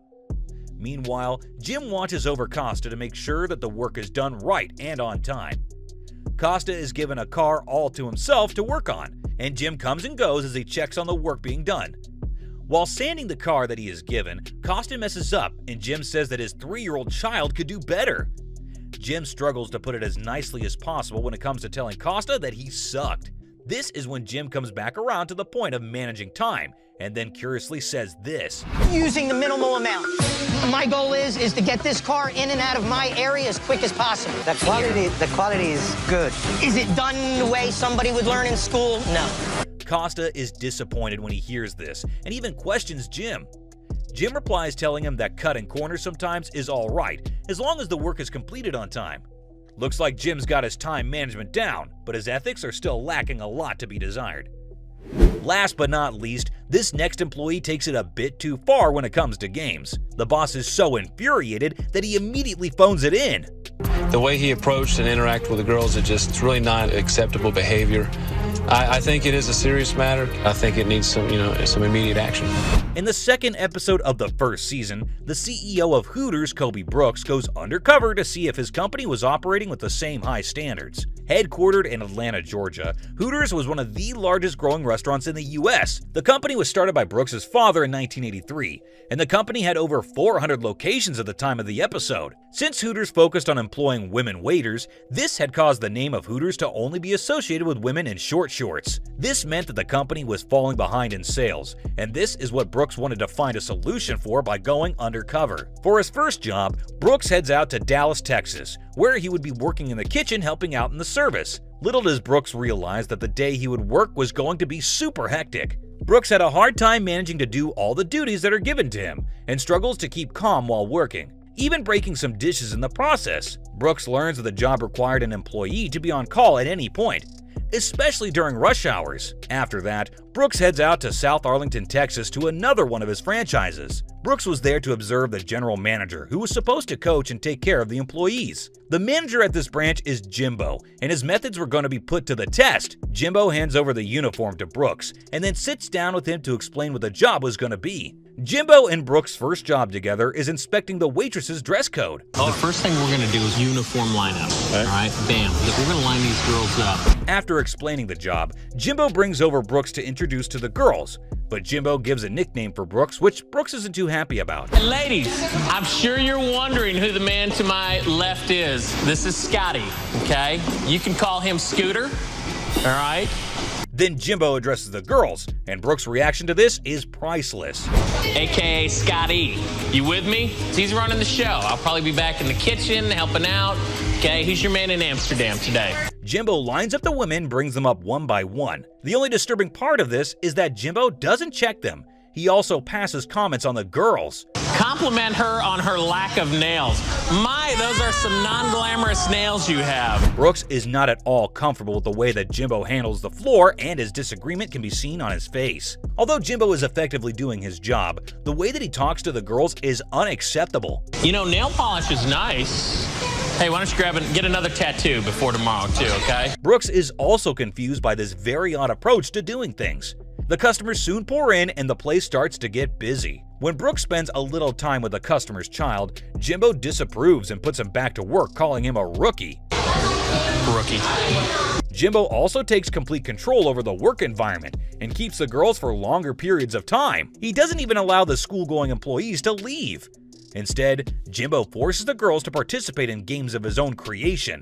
And for this episode, he had decided that the girls would chow down on beans, but only with their mouths. Jimbo had gone too far. Brianna, how are they, baby? Oh, they look tasty.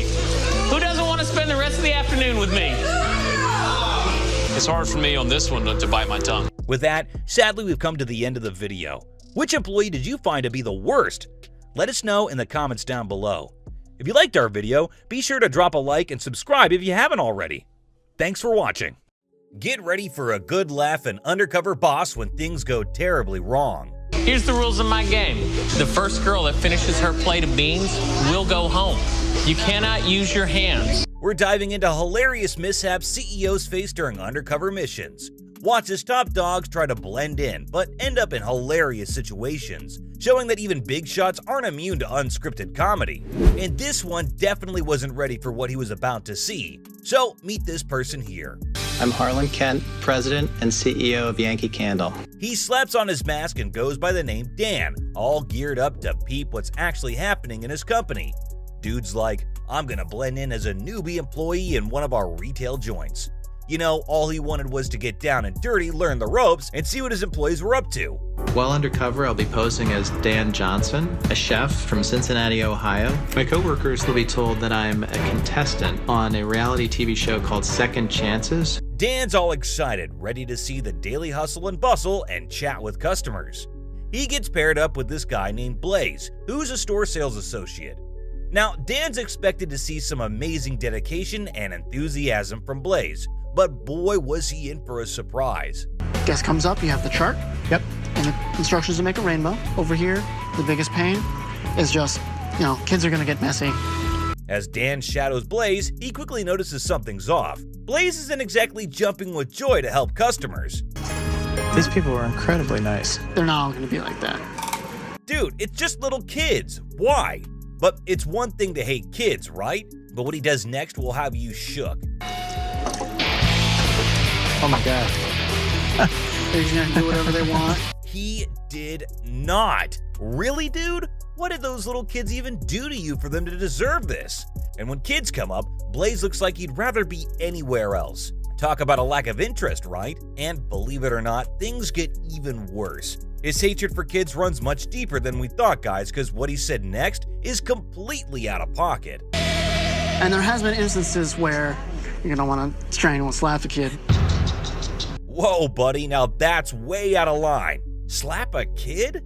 Damn, dude got some serious rage issues and he needs to keep them in check ASAP. All Kent, aka Dan, ever wanted was his customers happy. And when he heard just how casually Blaze spouts such stuff, Dan couldn't stomach it. But wait, it gets crazier. Blaze's hatred for the kid is apparent and the dude is violent as hell. Just take a look here. They'll dip it a million times, leave you a mess like this. As bad as this comes across, sometimes I feel like punching an 8-year-old.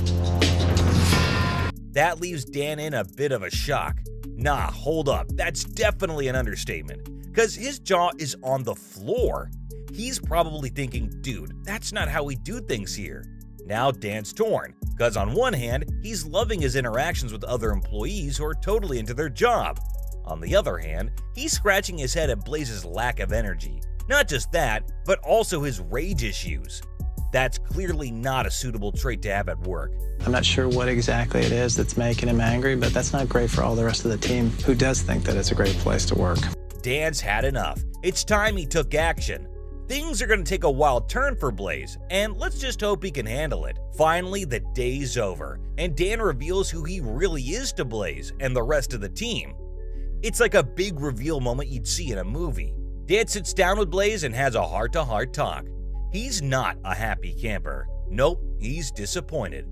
As you can imagine, Blaze, using inappropriate language, especially in a place where you're trying to create a great atmosphere, that's just the wrong time, wrong place. But here's the twist. Dan doesn't go all, "you're fired" on Blaze. Nope, he's thinking, let's turn this around. He decides to give Blaze some extra training and guidance. I'm just trying to figure out a way to help you do something where you're psyched about doing it. Yeah, that'd be great. One user even comments how the boss is a true one for giving a second chance without straight up firing, and we can't help but agree. Harlan hoping that with a little TLC, Blaze can become a real asset. He was genuinely wanting to help me figure out. And that's a wrap on this adventure. Dan's undercover mission didn't exactly go as planned, but he's turning it into a chance to make things better. Talk about a roller coaster of oops moments, right? Now, Blaze may have been a pain to have as an employee, but the one next on the list is even worse. Stepping into another undercover mission is the big shot of Hooters, Kobe Brooks. And what was his mission? To understand the company from the ground up, all while his coworkers think he's just part of a crew making a documentary about their jobs. At one of the Hooters joints, he meets Jimbo, the manager. He wants to get the scoop on how things are run and how Jimbo's leadership shapes the place. But wait a minute, things start to get awkward. Jimbo's comments about the Hooters girls and his weird ways of doing things leave Brooks feeling less than impressed. Compliment her on her lack of nails. My, those are some non-glamorous nails you have. As the day rolls on, Brooks gets more and more uneasy. Jimbo's got these crazy ideas, like a bean eating contest and strange games with the staff. The first girl that finishes her plate of beans will go home. You cannot use your hands. And guess what? Brooks is thinking, seriously? Is this what we're doing? He's not a fan of these antics, but he goes along with it for the sake of the show. And if he could, he'd have revealed his identity right then and there to teach that moron a lesson. One user even goes on to say, clearly people are furious, and why wouldn't they be? Jimbo's behavior is completely disgusting, and he has no respect for women. And here's the real kicker. Brooks is struggling inside. He's torn between what Hooters stands for and what he's actually seeing. It's like a clash between the company's values and the reality playing out right in front of him. He's not having it with Jimbo's shenanigans. The way he approached and interacted with the girls, it's really not acceptable behavior. I think it is a serious matter. I think it needs some immediate action. As the sun sets on his undercover adventure, Brooks takes a moment to think it all through. He's more than just disappointed by Jimbo's behavior and the whole vibe that's been going on. He straight up says that the stuff he witnessed doesn't match up with what Hooters is supposed to be all about. It's time Jimbo's inappropriate behavior comes to an end. Kobe's decided to unveil his mask and reveal his true identity. And guess how Jimbo reacts when he's finally confronted about his behavior. If I'm too competitive and if I'm too harsh, man, it works. What was that response? He's asking you to take accountability for your actions and apologize to the women you degraded, and you're here saying completely random, unrelated shit? How does that even make sense? It's when Kobe talks about his own two daughters and says how he'd feel uneasy if they worked under someone like Jimbo that he finally realized what he had. And I took a step back and Okay, I get it. Also, we can all agree that the dude should have been fired. But hey, it seems like Kobe might not have all the power to do that. And I'm not the only one who thinks that. Jimbo was a handful, wasn't he? But wait till you meet our next employee. Our CEO, Stephen J. Klubik, takes a redo. He's the first person to do it again, and he's all in, learning from past undercover experiences and determined to make a splash, even if it means going to a whole different country. Klubik didn't mess around with his undercover game. He knew he had to get things just right. A stylist worked their magic, giving him a whole new look. And get this, he even got his ears pierced. Talk about going the extra mile to fit his undercover role. So now he's all set. He lands in Mexico, ready to roll. But the first thing on his agenda? Checking out his hotel digs. And whoa, he wasn't too thrilled. The room wasn't up to snuff, and he didn't hold back in letting his feelings known. Housekeeping and maintenance were not doing their best, and he wasn't happy about it at all. All of it was just a big disaster. Look at this vent. It needs to be wiped down. Absolutely disgusting. Uh-oh. Absolutely filthy. Time to switch gears. Klubik takes on the front desk job, teaming up with Stephanie. But hold on, things take a serious turn. He stumbles upon a potential problem with how credit card info is being handled. I'm not aware or informed of that, but here at the hotel, we have to. That's directly from management, and I don't... Really? That's a red flag waving high. He's all about sticking to the rules and keeping things ethical and legal. Diamond Resorts doesn't do that. That's not a policy we live within because what they're doing is wrong. And then bam, a guest shows up at the front desk with a complaint. So many little things that I think need addressing. I was so upset that a guest was mistreated. This is Klubik's chance to reveal his true identity as the big shot CEO of Diamond Resorts.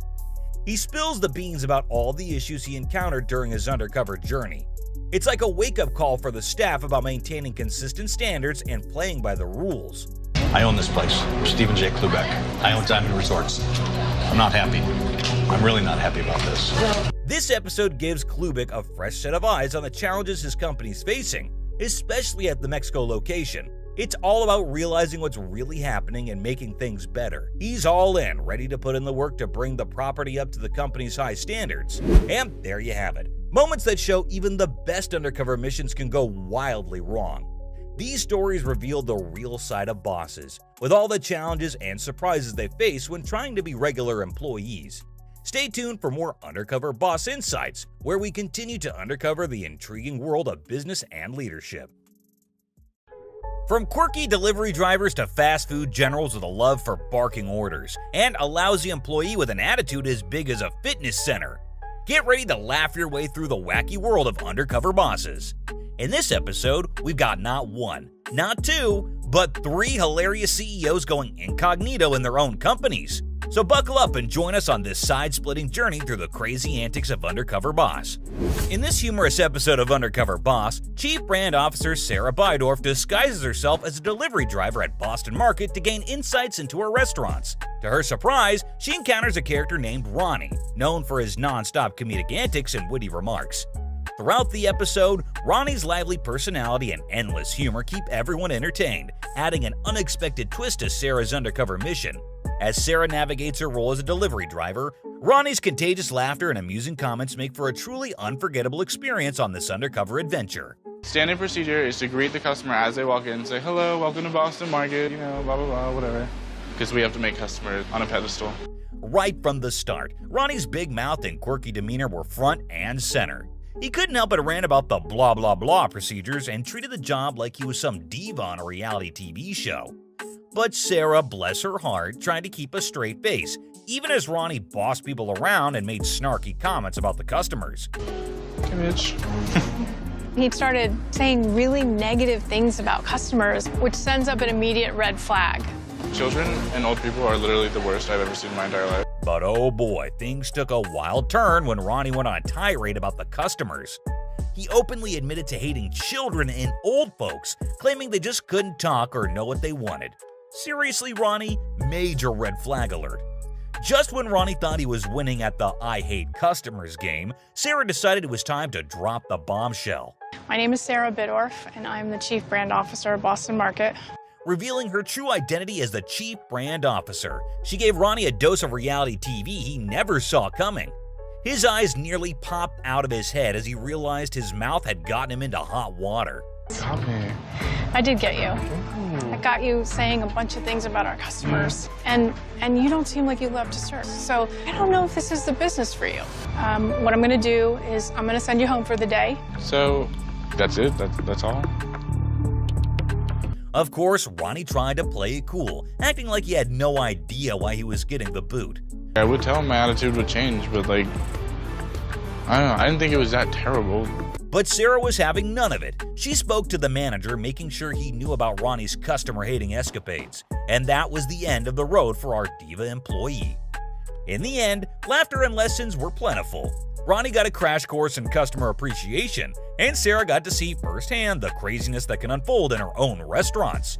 In this uproarious episode of Undercover Boss, Eric Cassabury, the CEO of Retro Fitness, goes incognito in his own company as the quirky contestant Barry Gosh on a reality show. During his undercover adventure, he encounters the infamous Jacqueline, a lousy employee with a terrible attitude. Be obnoxious. I don't work for you. I don't know what to do with some people. I just want to punch them in the face sometimes. As Eric immerses himself in various roles within the company, he unintentionally discovers Jacqueline's unimpressive work ethic and problematic behavior. The comical interactions between Eric as Barry and Jacqueline make for entertaining and eye-opening moments. Stay tuned to witness how Eric handles this unexpected encounter and what changes he implements to improve his company. I'm telling you the way people like it. Okay. But if you don't want to listen to me, that's all good. You don't have to win. It's all I good would for me. love to listen to you. Okay. I just think that maybe we would go with the code. But Go ahead, go with the we'll code, go dude. with the code. Do it up. Jacqueline takes bossiness to a whole new level, dishing out orders like she's running a fast food joint instead of a fitness center. Her condescending tone and know-it-all attitude have everyone rolling their eyes, including her own CEO, unbeknownst to her. You meet her, she seems very nice, you know, these big eyes, and a nice girl, and she's a nice smile, and you think, hey, all is right in the world. And then she opens her mouth, and it's like, you know, the bats from hell start flying out. As Eric attempts to keep up with Jacqueline's antics at the juice bar, he can't help but snicker at her absurdity. She's so over-the-top bossy that you'd think she was training a platoon of gym soldiers instead of serving up smoothies. But Jacqueline's bossiness doesn't stop there. She goes on a rampage, wasting precious ingredients and instructing newbies to ignore proper procedures, all in the name of doing things her way. Talk about a recipe for disaster. We're not supposed to put more than what it says on the menu. I always put 2.5. We're not supposed to, but it tastes better, honestly. You don't have to go by the book with every situation in your life. The menu says medium, though, doesn't Yeah, it? but I'm telling you this way. Oh, So I'm telling you. well then. As the big reveal unfolds, Jacqueline's stunned expression says it all. She can't believe she's been mouthing off to the CEO himself. The realization of her actions hits her like a ton of bricks, but instead of showing remorse, she appears defensive and tries to justify her behavior. First of all, you're coming at me saying that I'm disrespectful to members, which is completely false. Jacqueline's ego remains intact, and she continues to assert her belief that she knows better than anyone else in the company. Because, no, don't, like, seriously, I don't. There's no answer you could possibly say right now to me. None. I don't know what you want me to say. Sorry. Eric, now back in his CEO persona, addresses Jacqueline's attitude and behavior head on. He confronts her about the way she treats her colleagues and the lack of respect she shows to everyone around her. Jacqueline initially tries to brush it off, but the evidence from their interactions on the show is too glaring to ignore. During the candid conversation, Eric shares his disappointment in Jacqueline's conduct and explains how her attitude negatively impacts the team's morale and productivity. He also expresses his belief in giving second chances and offers her an opportunity to change her ways and become a positive influence in the company. You did it in front of the CEO of the But I didn't know it was him, obviously. I wouldn't Well, have done that. I wouldn't yeah, have acted that way. That makes it worse. That you didn't know it was him. Obviously, you wouldn't do it if it was him. Whether Jacqueline takes the opportunity to learn from this experience and make a positive change, or remains stubborn and unchanged, the comical and eye-opening encounter leaves a lasting impression on both the CEO and the viewers. The episode serves as a lesson in humility and the importance of treating others with respect, regardless of their position within the company. Even face-to-face with the top dog, Jacqueline remains stubborn as ever, refusing to back down from her bossy ways. But Eric has seen enough. Her antics won't fly in his gym. You have to part ways. There's nothing else I could do. Thank you, Jacqueline. With this hysterical experience under his belt, Eric realizes the importance of weeding out lousy employees like Jacqueline. And yeah, maybe I dropped. Sorry. God bib me, seriously. Like I can't even deal. He's determined to bring some fun, positivity, and respect back into his fitness empire. And let's face it, with characters like Jacqueline, the laughs are never in short supply. Next up, we follow Rick Silva, the president and CEO of Checkers and Rallies, as he ventures undercover to experience life within one of his fast food chain restaurants. As Rick dons his disguise, he quickly discovers the restaurant's bossy general manager, who seems to have taken Bossy to a whole new level. How we doing on meat, guys? How we doing? Sorry, I'm slowing you down, aren't I? Yeah. With an iron fist, the general manager barks orders left and right, leaving employees feeling demoralized and frustrated. How late can you stay? I got an axe. Step aside, make your phone call, ask. Rick witnesses firsthand how this domineering approach affects the team's morale, and it's no surprise that the working conditions are far from pleasant. Hi. Sir. I need you to come call me right now to the train. No problem, sir. I have something down now. Amidst the chaos, one employee stands out, the ever-patient and good-natured Todd. Despite the relentless bossiness, Todd manages to maintain his composure and treat everyone with respect and kindness. He becomes a beacon of light in the midst of the general manager's storm. As Rick continues to observe, he learns from Todd's co-workers that the general manager's behavior has created a toxic work environment. It's clear that a change is desperately needed. Can I talk to you for a second? Of course. What excuse is there to talk to people without being respectful to them? I don't think I was disrespectful. You have to talk up. Why would I want to work for you with the way you talk to people inside there? Unable to hold back any longer, Rick decides to confront the general manager directly. In a heart-to-heart conversation, Rick tries to address the issue and make him understand the consequences of his bossy demeanor. However, much to everyone's surprise, the general manager remains defiant and refuses to change his ways. Despite the CEO's attempts to reason with him, it becomes evident that he is not the right fit for the position. Have you been in the fast food business before? No, I haven't. I've studied the restaurant business. No, not studied. Have you any experience in the restaurant business? I'll tell you exactly. I have been in the restaurant business for over 20 years. I'm CEO for this company.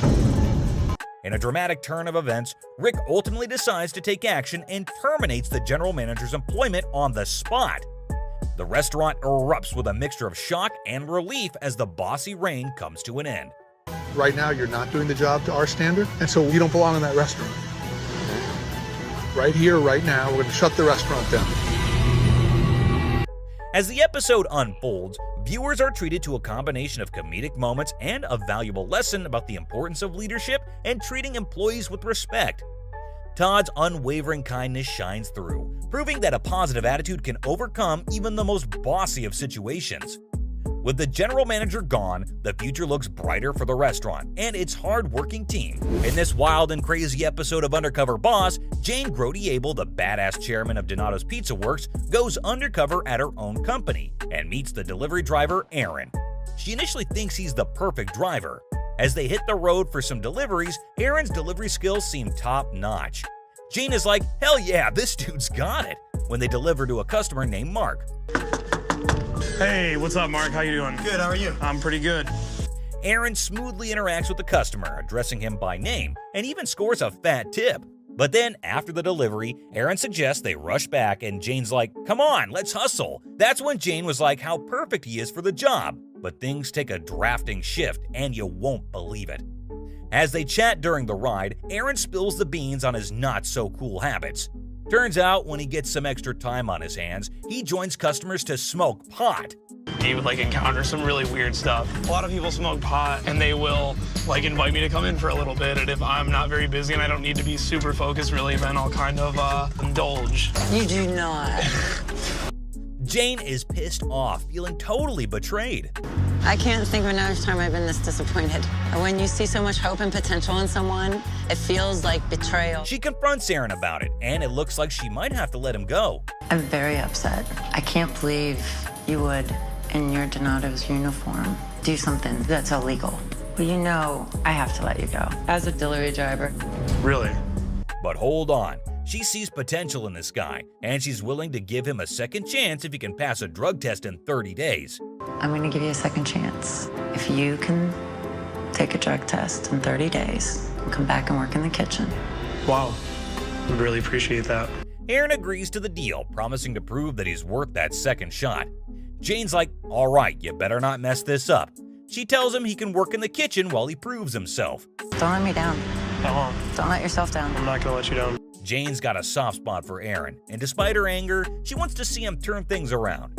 I thank her for giving me the chance that she's giving me, and I think in the long run, I'm gonna show her how much I appreciate it. In the end, this Undercover Boss episode is one hell of a roller coaster ride, with Jane having to change and make tough decisions, but she chose to make the right one. In this hysterical journey through the world of corporate undercover, CEOs discover the power of humor and empathy. Thanks for joining me on this hilarious adventure, and don't forget to hit that like button and subscribe for more fun-filled videos.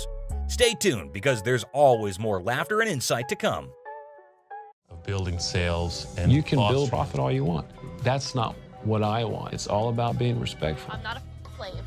I don't work for you.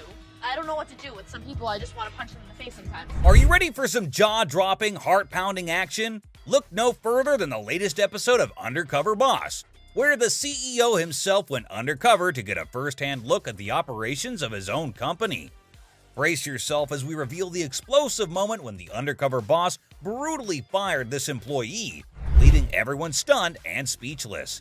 Trust me, you won't want to miss a single moment of this unforgettable episode. Now, whatever made this boss cry at his own company out of disgust? Let's find out. The CEO, Kobe Brooks of Hooters, visited his franchise and was stunned to see how the manager Jimbo, more like Dumbo, treated the girls there. It's unlikely you don't know Hooters, a company based only on 3 principles: chicken wings, beers, and pretty girls. Which means these girls who work there are the company's assets, not just plain employees. But it looks like this manager failed to understand the concept. Jimbo first asked the girls to step forward one by one, and then he proceeded to fire some uncomfortable questions to Scotty, aka Kobe, about how the girls looked. They look style to me. Okay, makeup, is it on? Yes. She looks like a Hollywood starlet. Yes. Right? Okay, that's what we're looking for. Jim is straight up ugly with his words. You can see it right here. Raina? Is that right, Raina? Compliment her on her lack of nails. My, those are some non-glamorous nails you have. Have a seat. Jeez, did you see the look on Scotty's face? He was disgusted already by the way Jim treated the girls, but the ugly truth was yet to be revealed. Scotty said that he thought Jim was clear about what the brand was, but he definitely did not know how the brand should be treated. Jimbo was an employee who had a serious attitude problem. Not only did he show a complete lack of respect towards the company and his colleagues, but he openly displayed his hatred for children in front of customers. Can you believe it? This is not only unprofessional, but it's downright alarming. It's no wonder that the CEO had to step in and take action. This kind of behavior cannot and will not be tolerated in any workplace. So let this be a wake-up call to others as well. We must always strive to be kind, respectful, and compassionate, no matter who we're dealing with, because in the end, it's our attitude that defines us and sets us apart from the rest. But that's not the end of Jimbo's story. He was later found bragging to Scotty about how he made the girls play reindeer, and what he said next would disgust you too. Are you serious? No. Oh. That's a heart attack. This next clip would make you feel so bad. Now, imagine how the CEO would have felt knowing this was the way his employees were treated here. Oh, look. Ooh, doggy. Brianna, how are they, baby? Oh, they look tasty. Come in with me. How would you feel if you were the CEO of this branch? Disgusted but helpless? I know for sure I would have broken my cover and given him one good earful for sure. But Scotty, who tried to keep his, got emotional seeing this. It's hard for me on this one to bite my tongue. If I could break cover, I would sit down. And why wouldn't he say that? It was very disrespectful even for me to watch. He just left the place. Yeah. The things I saw today were inappropriate. They were wrong. I don't want any part of it. He was so frustrated by that behavior that he called the franchise owner first thing after his shift. And what do you know, Jimbo was obviously getting fired from the job because no one needs his ugly-ass behavior at the restaurant. In the end, Scotty, aka the CEO, called Jimbo to his office, and this is what happened. Scotty, what's going on, buddy? Jimbo? Well, you cannot miss the face he made when he realized he had made a mess. I am not Scotty. Okay. I'm Kobe Brooks, the president and CEO of Hooters of America. But I think by now, we all know what kind of guy Jim is. Obviously, he won't talk straight. And forget about apologizing. Man, it works. Shame on me if it's a bad thing being uber competitive. And I do have a track record building sales and You can build fostering. profit all you want. That's not what I want. It's all about being respectful. I hope he understood that work culture is the main concept here. People should feel safe and loved working with them, and not be disrespected like he did. The CEO had to actually tell him that he had 2 daughters, and up until now, he felt fine with them working at Hooters. But knowing there would be managers like Jim, the CEO was now uncomfortable with the idea. And I think it was a nice approach to make the jerk of a manager understand things from another perspective. But in this next episode, things take a whole new turn when the cover finally gets blown. I've heard terms today that I've never heard before. He is a little bitch. He's definitely made. Wait until you hear how he made his first impression on his boss. Like grandma's pancakes. We all know how soft those are. I was a little bit intimidated by. If that's how you talk about a man who just wanted to learn a thing or two about the job and was respectful to you, man, you are such a loser. What you're looking at now is an employee who just couldn't keep his disrespect in check. Despite the fact that he was dealing with none other than the CEO of the company, this guy just kept pushing his luck. He disregarded all boundaries and common courtesy and acted as if he was untouchable. But let me tell you, that kind of behavior has consequences. And in this case, it resulted in a brutal firing that left everyone stunned. The CEO by now had enough of him, and low-key thought he was putting on an act. Is it because of the camera? Actually not. He calls the general server manager to have a quick chit-chat about it. But there's no telling, Wes. I just had a mandatory meeting with my friend. Any questions or concerns that I can talk about? One raised their hand.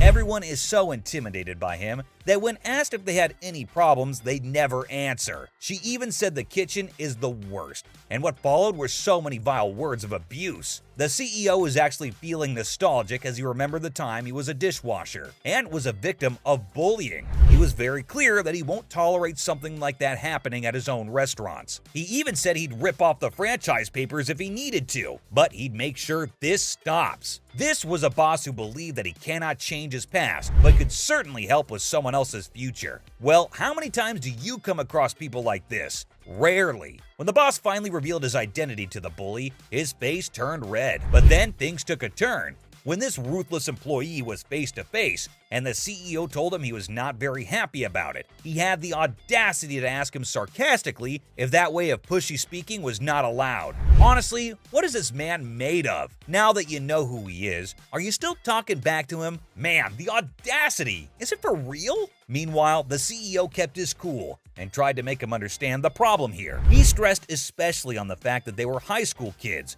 and should be treated well. But what did this jerk have to say? His response will numb you. I have asked Sean and Red to be here today. Put him right here. Please come in. He asked the franchise owner what should be done, and honestly, I don't think he'd answer anything different, other than what we were all thinking at this point. No one should be allowed to treat employees this way, and hence, they had to let him go. Go on, man. It's the decision that Sean would like to make. I'm not gonna change me. We hope the work environment is better now with no bullying included. Bullying can be a pervasive problem in many areas of life, from schoolyards to workplaces, but regulated and monitored environments might help individuals to avoid feeling judged or pressured, which is exactly what we need in the world today. But this next employee who was good for nothing tried to act up with his boss. Will the boss let it pass, or will he end up taking her case? This one was one hell of a ride. For the uninitiated, retro fitness is a booming business in the fitness industry with over 300,000 members. But one member was about to be brutally sent out from here. Wondering who? Stay tuned to know more. The reality show to win his own gym. You definitely cannot expect these lazy people to work because my girl here, the front desk manager Jacqueline, admitted that all she did during her work hours was pastime. Like this. Here. All right. I'm walking. Hey, how you doing? Is that why you work? Yep. You know what? The concern on the boss's face has me crying, but that's valid. She's on her phone instead of working. Obviously, customers won't approach her because they think she's busy. But she had the nerve to ask what else she was supposed to do, because there's nothing to do unless someone came up and asked for something. But hey, you could do literally anything instead of actually being on the phone. And just like others, she was totally disrespectful towards the undercover boss. They don't know anything. They don't know how to use a machine, so they're over here looking like doing the machine. And then... What is this behavior? Insulting people in the people's business? Really? Ma'am, that's a low blow. I hope you realize that. brain dead if you can't get it. So if you look at that and can't understand it, then you should probably turn around and not do this. All right. But you know what? This one was hard stuff. What's funny is how the CEO reacted to it. Realize that maybe we should have renamed the Jacqueline's juice bar because it seems like she's got her own way of doing everything. Fill it to the top. Right. Don't overflow it because then you'll make a mess. Put it in the sink. That's the perfect shape. I noticed that there was like extra in here. Like, what do you guys like make samples out of that? You don't offer it to the member at all? Just dump it out. If they want it, they can take it, but if not...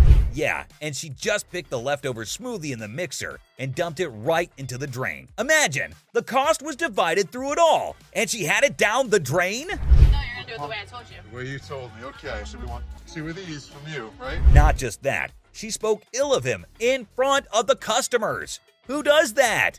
Pathetic and rude to me, I really can't stand it. Oh, I would never be. Just wait, baby. One of the other members saw her shouting at him straight up, walked to her, and asked her if she was always this mean. Honestly, it was disheartening to watch that the members had to help him out. The workers are the face of the company, and she ain't doing justice to it. And it was not just him. Let's assume for a second that she was just doing her job by correcting him. But wait till you see how she treated the customers. Your payment's overdue. No, you gotta pay today. It's very frustrating for me to listen to this happen, have other people that can hear in an earshot. And obviously, she doesn't stop there. She continued to be embarrassing. Yes. Today. Lucky me. I'm gonna make it the best shake in the world right now. Just do it. The members were so disappointed in her, you could almost feel it. And why wouldn't they be? This manager was a menace who in turn acted like a boss. Guess what? She never stopped. She continued screaming at the member. And honestly, I'm having secondhand embarrassment over here. What do you think the CEO should do? He was done with her attitude. And we all know what comes next. The franchise had to know what the management was doing over here. To me, she was a total mess, and all she was doing was to harm the company's reputation. In the end, the reaction the boss had was just as frustrated as she acted on her shifts. Let me say right now, none that is going to be acceptable. Okay. So you can, don't waste both our time. Okay. Because it makes no sense that you would treat someone that way. You can see how arrogant she was even now. It was like she was hearing it from one ear and letting it off from another. When the boss confronted her about the smoothie she flushed down the drain, she made the most annoying face and was unbothered by it. Honestly, the company is way better off without her, and she did not stop there. She kept arguing, and we all know how things get heated with that. Person, because you're completely wrong about that. Told me about you as an employee. I don't know you as a person. You don't know me exactly. I don't want to know you. Okay, well, you know what? You're not my employee. And this doesn't end here. The manager had zero respect for her boss and even called it unfortunate that he didn't know her as a person. Okay, well, you know what? That's unfortunate for you. You're not my employee. You're someone else. Okay. Tell me what you think about that as an employee of the company. Phew. That turned out to be something. But now, let's hear what Bob, the franchise owner, had to say about this. Like this. I'm disappointed, Jack. We have to part ways. So do you think she'll ever have a change of heart? Well, of course not. Watch this. I don't know what you want me to say in that situation. All right, well, there's one other person that I want to be part of. Well, good behavior towards customers is a need that cannot be compromised. But this next employee was so brash that in the end, things took a shocking turn. Ma'am, Elizabeth, you're not letting me talk. You're not letting me talk, so I can't help you, Elizabeth. I'm sorry that you're having a hard time. Do you think the CEO would accept this behavior towards the customers? Let's find out. Danielle is the escaping operation member at GSI, and the first thing she said to him was that he sounds underconfident and should just fake the confidence like he had been working here for 10 years. Be the punching bag and take the abuse. You ready to do this? I am. All right, let's do it. Hit the auto in. Wow, what kind of advice was that? During a call, the customer had an issue, and while the undercover CEO was talking to her respectfully and trying to understand her point, Danielle told him he was messing up and transferred the call to herself. And what she did was unacceptable. She was very rude to the customer and just wanted to prove her point and not hear the customer at all. You're not letting me talk. You're not letting me talk, so I can't. I'm sorry that you're having a hard time. What kind of service is that? Seeing this, the CEO was so annoyed and was doing everything he could to hold back his anger. Gail was doing right. She had an attitude with customers. I'm happy. I can give you corporate's number if you'd like so you can contact me. It's no wonder that the CEO went from heartbroken to straight frustrated after that incident. Now, there's a chance that she might have been right and the customer might have been equally rude, but in this case, clearly she was arrogant. He even said that this was her lucky day since they were filming, or else she'd be thrown out of the job at that very moment. Next time, so the next customer doesn't have to hang up really angry. Well, I'm thankful she was not as arrogant as the previous and actually trying to prove herself right. Instead, she accepted that what she did was wrong, and I'm sure the boss acknowledged that in return. Hopefully, she will keep all this in mind during her next job. Oh, and he lies! Dude, this is so disrespectful and dumb of him to lie in front of the CEO. As a delivery driver, Really? I don't want to make a deal with you. Well, he definitely had that. Who do you think was the worst of them all? Let us know in the comments down below. And if you liked our content, don't forget to drop a like and subscribe to our channel if you haven't already. Catch you later, guys. Well, of course you don't expect your big boss to show up on your daily job every other day. But when that does happen, trust me, the employees are in for a crazy ride. Just like this time when this boss decided to go undercover as Eric and cross paths with an outstanding barback named Kale. Hey, what's up, man? Kale, nice to meet you. I'm Eric. Now, here's where things get interesting. While Eric was undercover, he noticed some of the Twin Peaks girls being pretty disinterested and lazy. Don't you girls want to do this? That's so cute.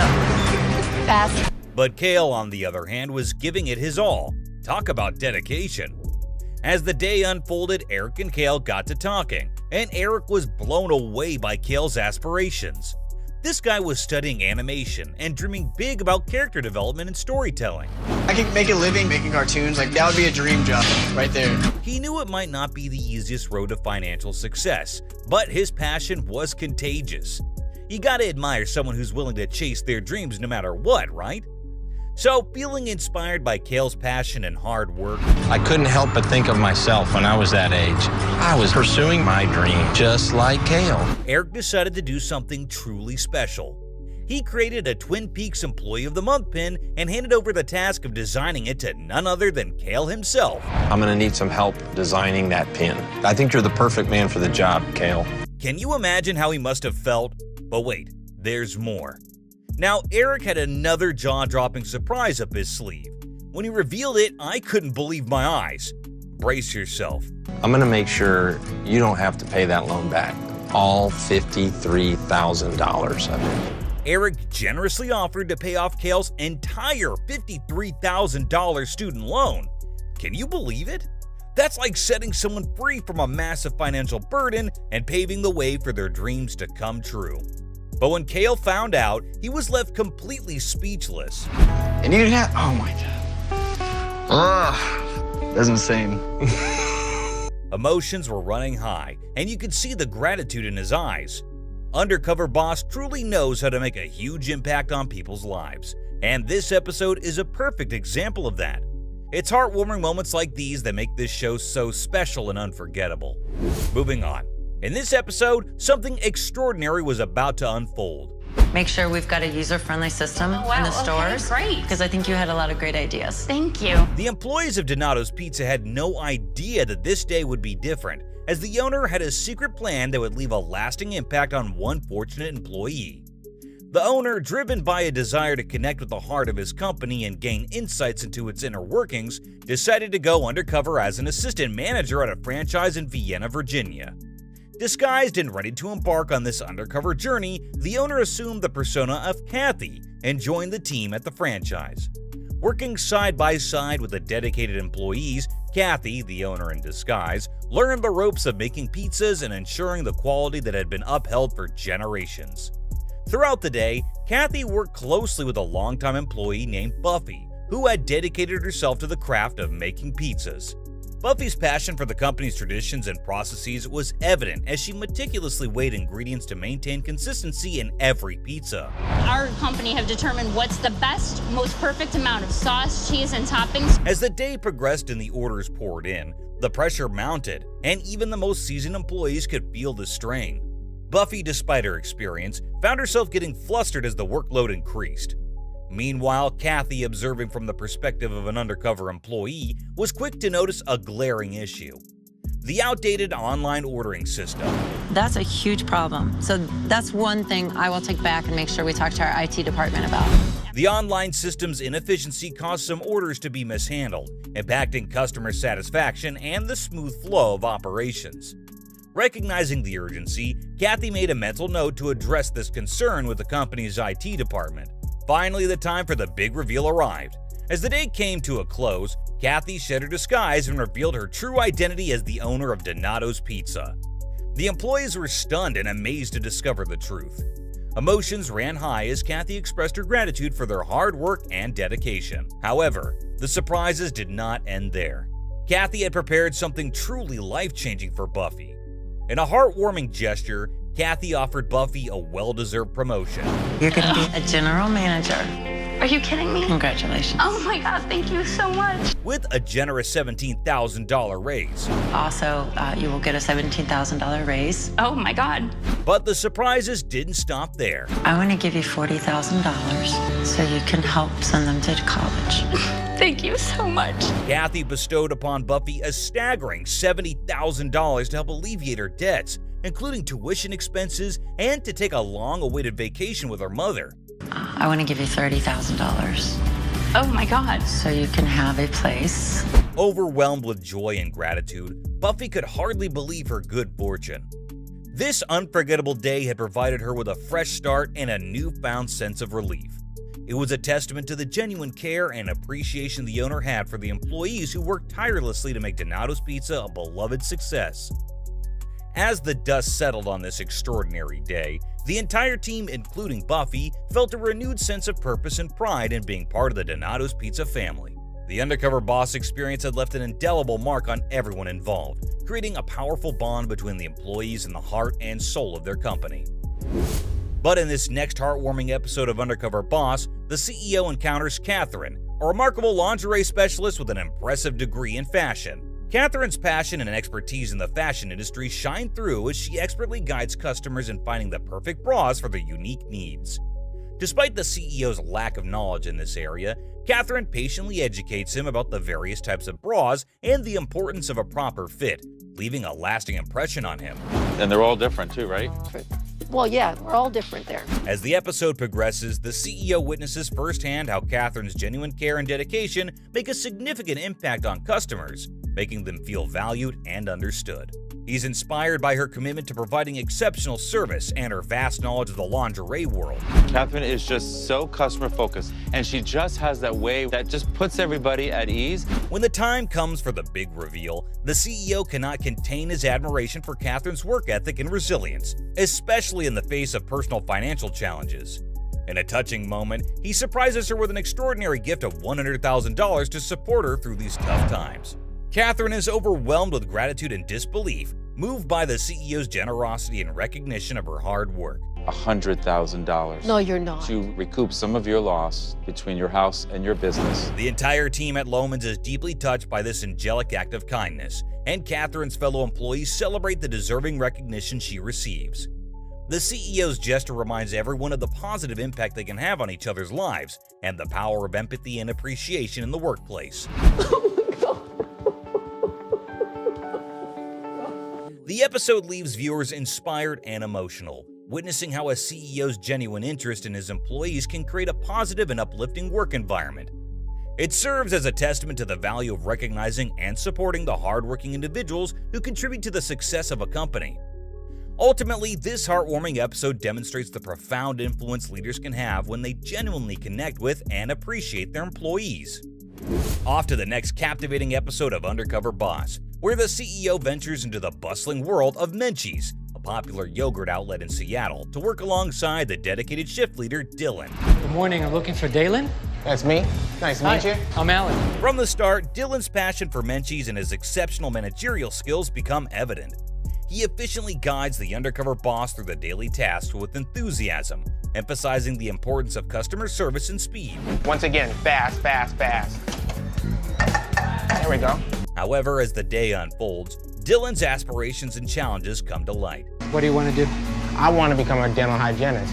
He dreams of becoming a dental hygienist, but faces financial constraints that hinder his progress. Despite this, he remains dedicated to his job and looks forward to advancing his career. At 23 and taking care of his daughter. Just keep it moving, keep progressing. Upon the grand reveal, the CEO is deeply impressed by Dylan's leadership and devotion to the company. You reflect what I'd like to see in every shift leader. All right.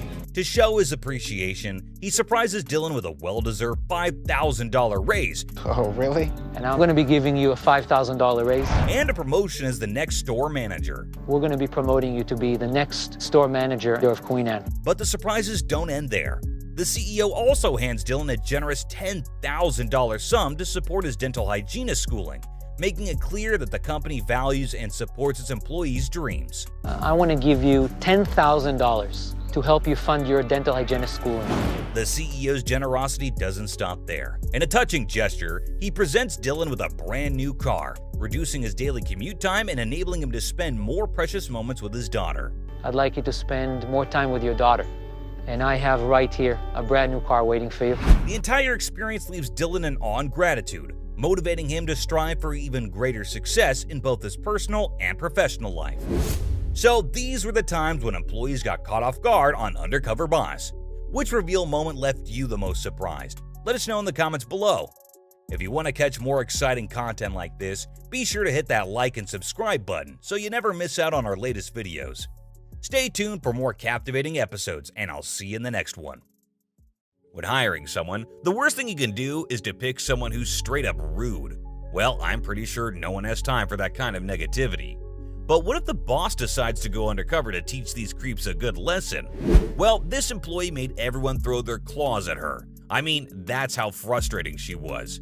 Turns out, apart from being Retro Fitness's manager, Jacqueline was also foul-mouthed. So let's head straight to this gym stationed in New Jersey with over 300,000 members.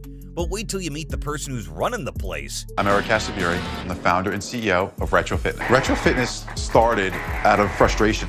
Just one guy running the entire place?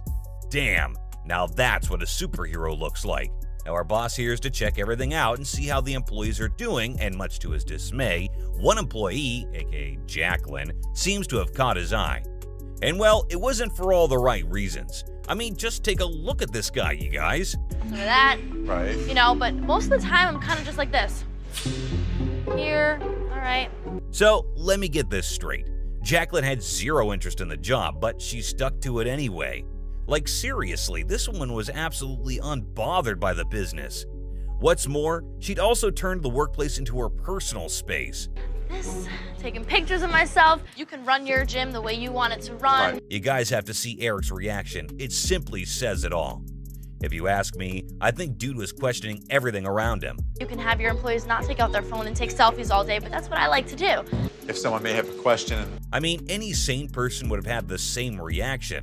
To make matters worse, the way she talks about her customers is just appalling. Like, excuse me? Don't forget, these people are the ones who drive the business, without whom you wouldn't even have the job in the first place. But you know what? Her attitude never failed to surprise me. Be obnoxious.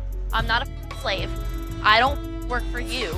I don't know what to do with some people. I just want to punch them in the face sometimes. Wow, did she just say that? I can literally feel my blood boil. Like, has she always been like this? Not only is she hateful, but also wasteful, don't you think? If you guys like make samples out of that, you don't offer it to the member nope, at all. Just dump it out. Dump it out. If they want it, they can take it, but if not, oh well. Damn, that's a load of profit she just threw down the drain. What's more, she decided to be this total jerk to Eric, the boss who'd shown up as Barry. And yes, people had started to notice. No, you're gonna do it the way I told you. The way you told me. Okay, so we want 2 of these from you, right? That's not a full 1.5. Okay. But you're not gonna believe what she had to say about Barry. I've been here for 2 years. You're so condescending and rude to me, I really can't stand it. That's ironic. One user even pointed out saying how painful it was to watch Jackie being this mean biatch. Anyway, when confronted about her behavior by one of the customers, this is what happened. I'm never mean. I'm not being mean. Eric finally had enough. And Jackie, honey, I hope you're all ready for what's about to happen, cause it looks like you've ticked off the boss real bad. So Jackie was called over to the head office to share her feedback about Barry. And well, let's just say she wasn't all that sweet. Rude, condescending. Really? Yep, she didn't have anything nice to say about him. But guess how she reacted when Eric revealed the truth? Got the same eyes. What's more, when he confronted her about her attitude, instead of taking accountability, she had the audacity to deny it. Finally, here comes the moment we've all been waiting for. I can't make it any more clear. I can't have you behind a counter like this. I'm disappointed, Jack. We have to part ways. There's nothing else I could do. Thank you, Jacqueline. Whew, that was so satisfying. Finally, some justice served. Now, Jacqueline can go and be an awful person somewhere else while we talk about the next employee who's probably even worse than her. Nested at the heart of Ohio, this restaurant chain is a beehive of 5,000 employees. Now that speaks of success. Our main man, aka founder of Buffalo Wings and Rings, Nader Masada, decided to go undercover as Pete, a new recruit, to see how things are rolling. And what he found was a complete disaster. Who's to blame here, you might ask? Buddy Boy Wes, the culprit behind everyone having a hard time. I mean, just take a look at what he says about Pete. Pete is dressed like a dork. He's got the scumbag gold chain. He seems very soft, like grandma's pancakes. And we all know how soft those are. Man, Wes is totally the opposite of what a solid employee should be. His cocky vibes and that whole I'm better than everyone attitude was totally messing him up for real. He's not wrong about this one thing, though. You're gonna need a really strong fire to win this and put up with me. This dude not only was intimidating, he also had this superiority complex paired with a habit of making inappropriate comments. You look like a pretty lonely guy. You probably should have some pretty good wrist action. Did he really say that, or am I just tripping? It's one thing to be cocky, but to make such vile comments? Man, this dude has no boundaries whatsoever. And oh, it doesn't stop there. You want this floor so clean, you would have sex on it. On the floor? Oh, yeah. That's one way to tell someone to mop. This guy was so over his head that he forgot how to talk to someone without calling him names and making them feel small. The arrogance, I tell ya. You see, Pete was left all alone to handle the order despite being new to the gig, while Wes belted out instructions just once. I'm gonna task you with this. All of it? All of it. You can count on me. But Buddy Boy here expected Pete to magically pull everything together. And to make things worse, he made snarky remarks like this. Well, maybe I'll just have Pete make all your food next time. I'm sorry, I'll keep trying. Whatever, man. But wait, why was Pete apologizing when it was Wes who failed to do his job properly? The urgency, the snarky remarks, and Wes's inability to take things slow was what led to Pete failing to have everything ready. While he was busy picking at Pete's faults, he failed to see his own. Food? He's cost us money? He's pissed off customers? I swear to God, this guy here triggered my rage so bad I had to cool off for a sec. Why don't you go right here? Don't please tell me you know how to use a microwave. I do. You might be the biggest D-bag in history. Clearly, he doesn't have even an ounce of decency. He's all about fear is power, using it to make people respect him and keep them in line. But he's forgetting that fear's only good for so long. Once the staff has had their fill, they'll totally tear him apart for treating them like crap, and I'm not the only one who thinks that. This viewer right here chipped in saying, fear doesn't equal respect. And dudes, amen to that. Pete was clearly upset and couldn't believe Wes was for real, and so he called Red. Is he just putting an act on? No, that's him. He has no respect for anybody in that restaurant. Looks like Nader has had enough. It was now time to take action and show who the real boss is, both literally and ironically. My name is Nader Masadi, and I'm the president and CEO. I have been undercover for this past week in my own company.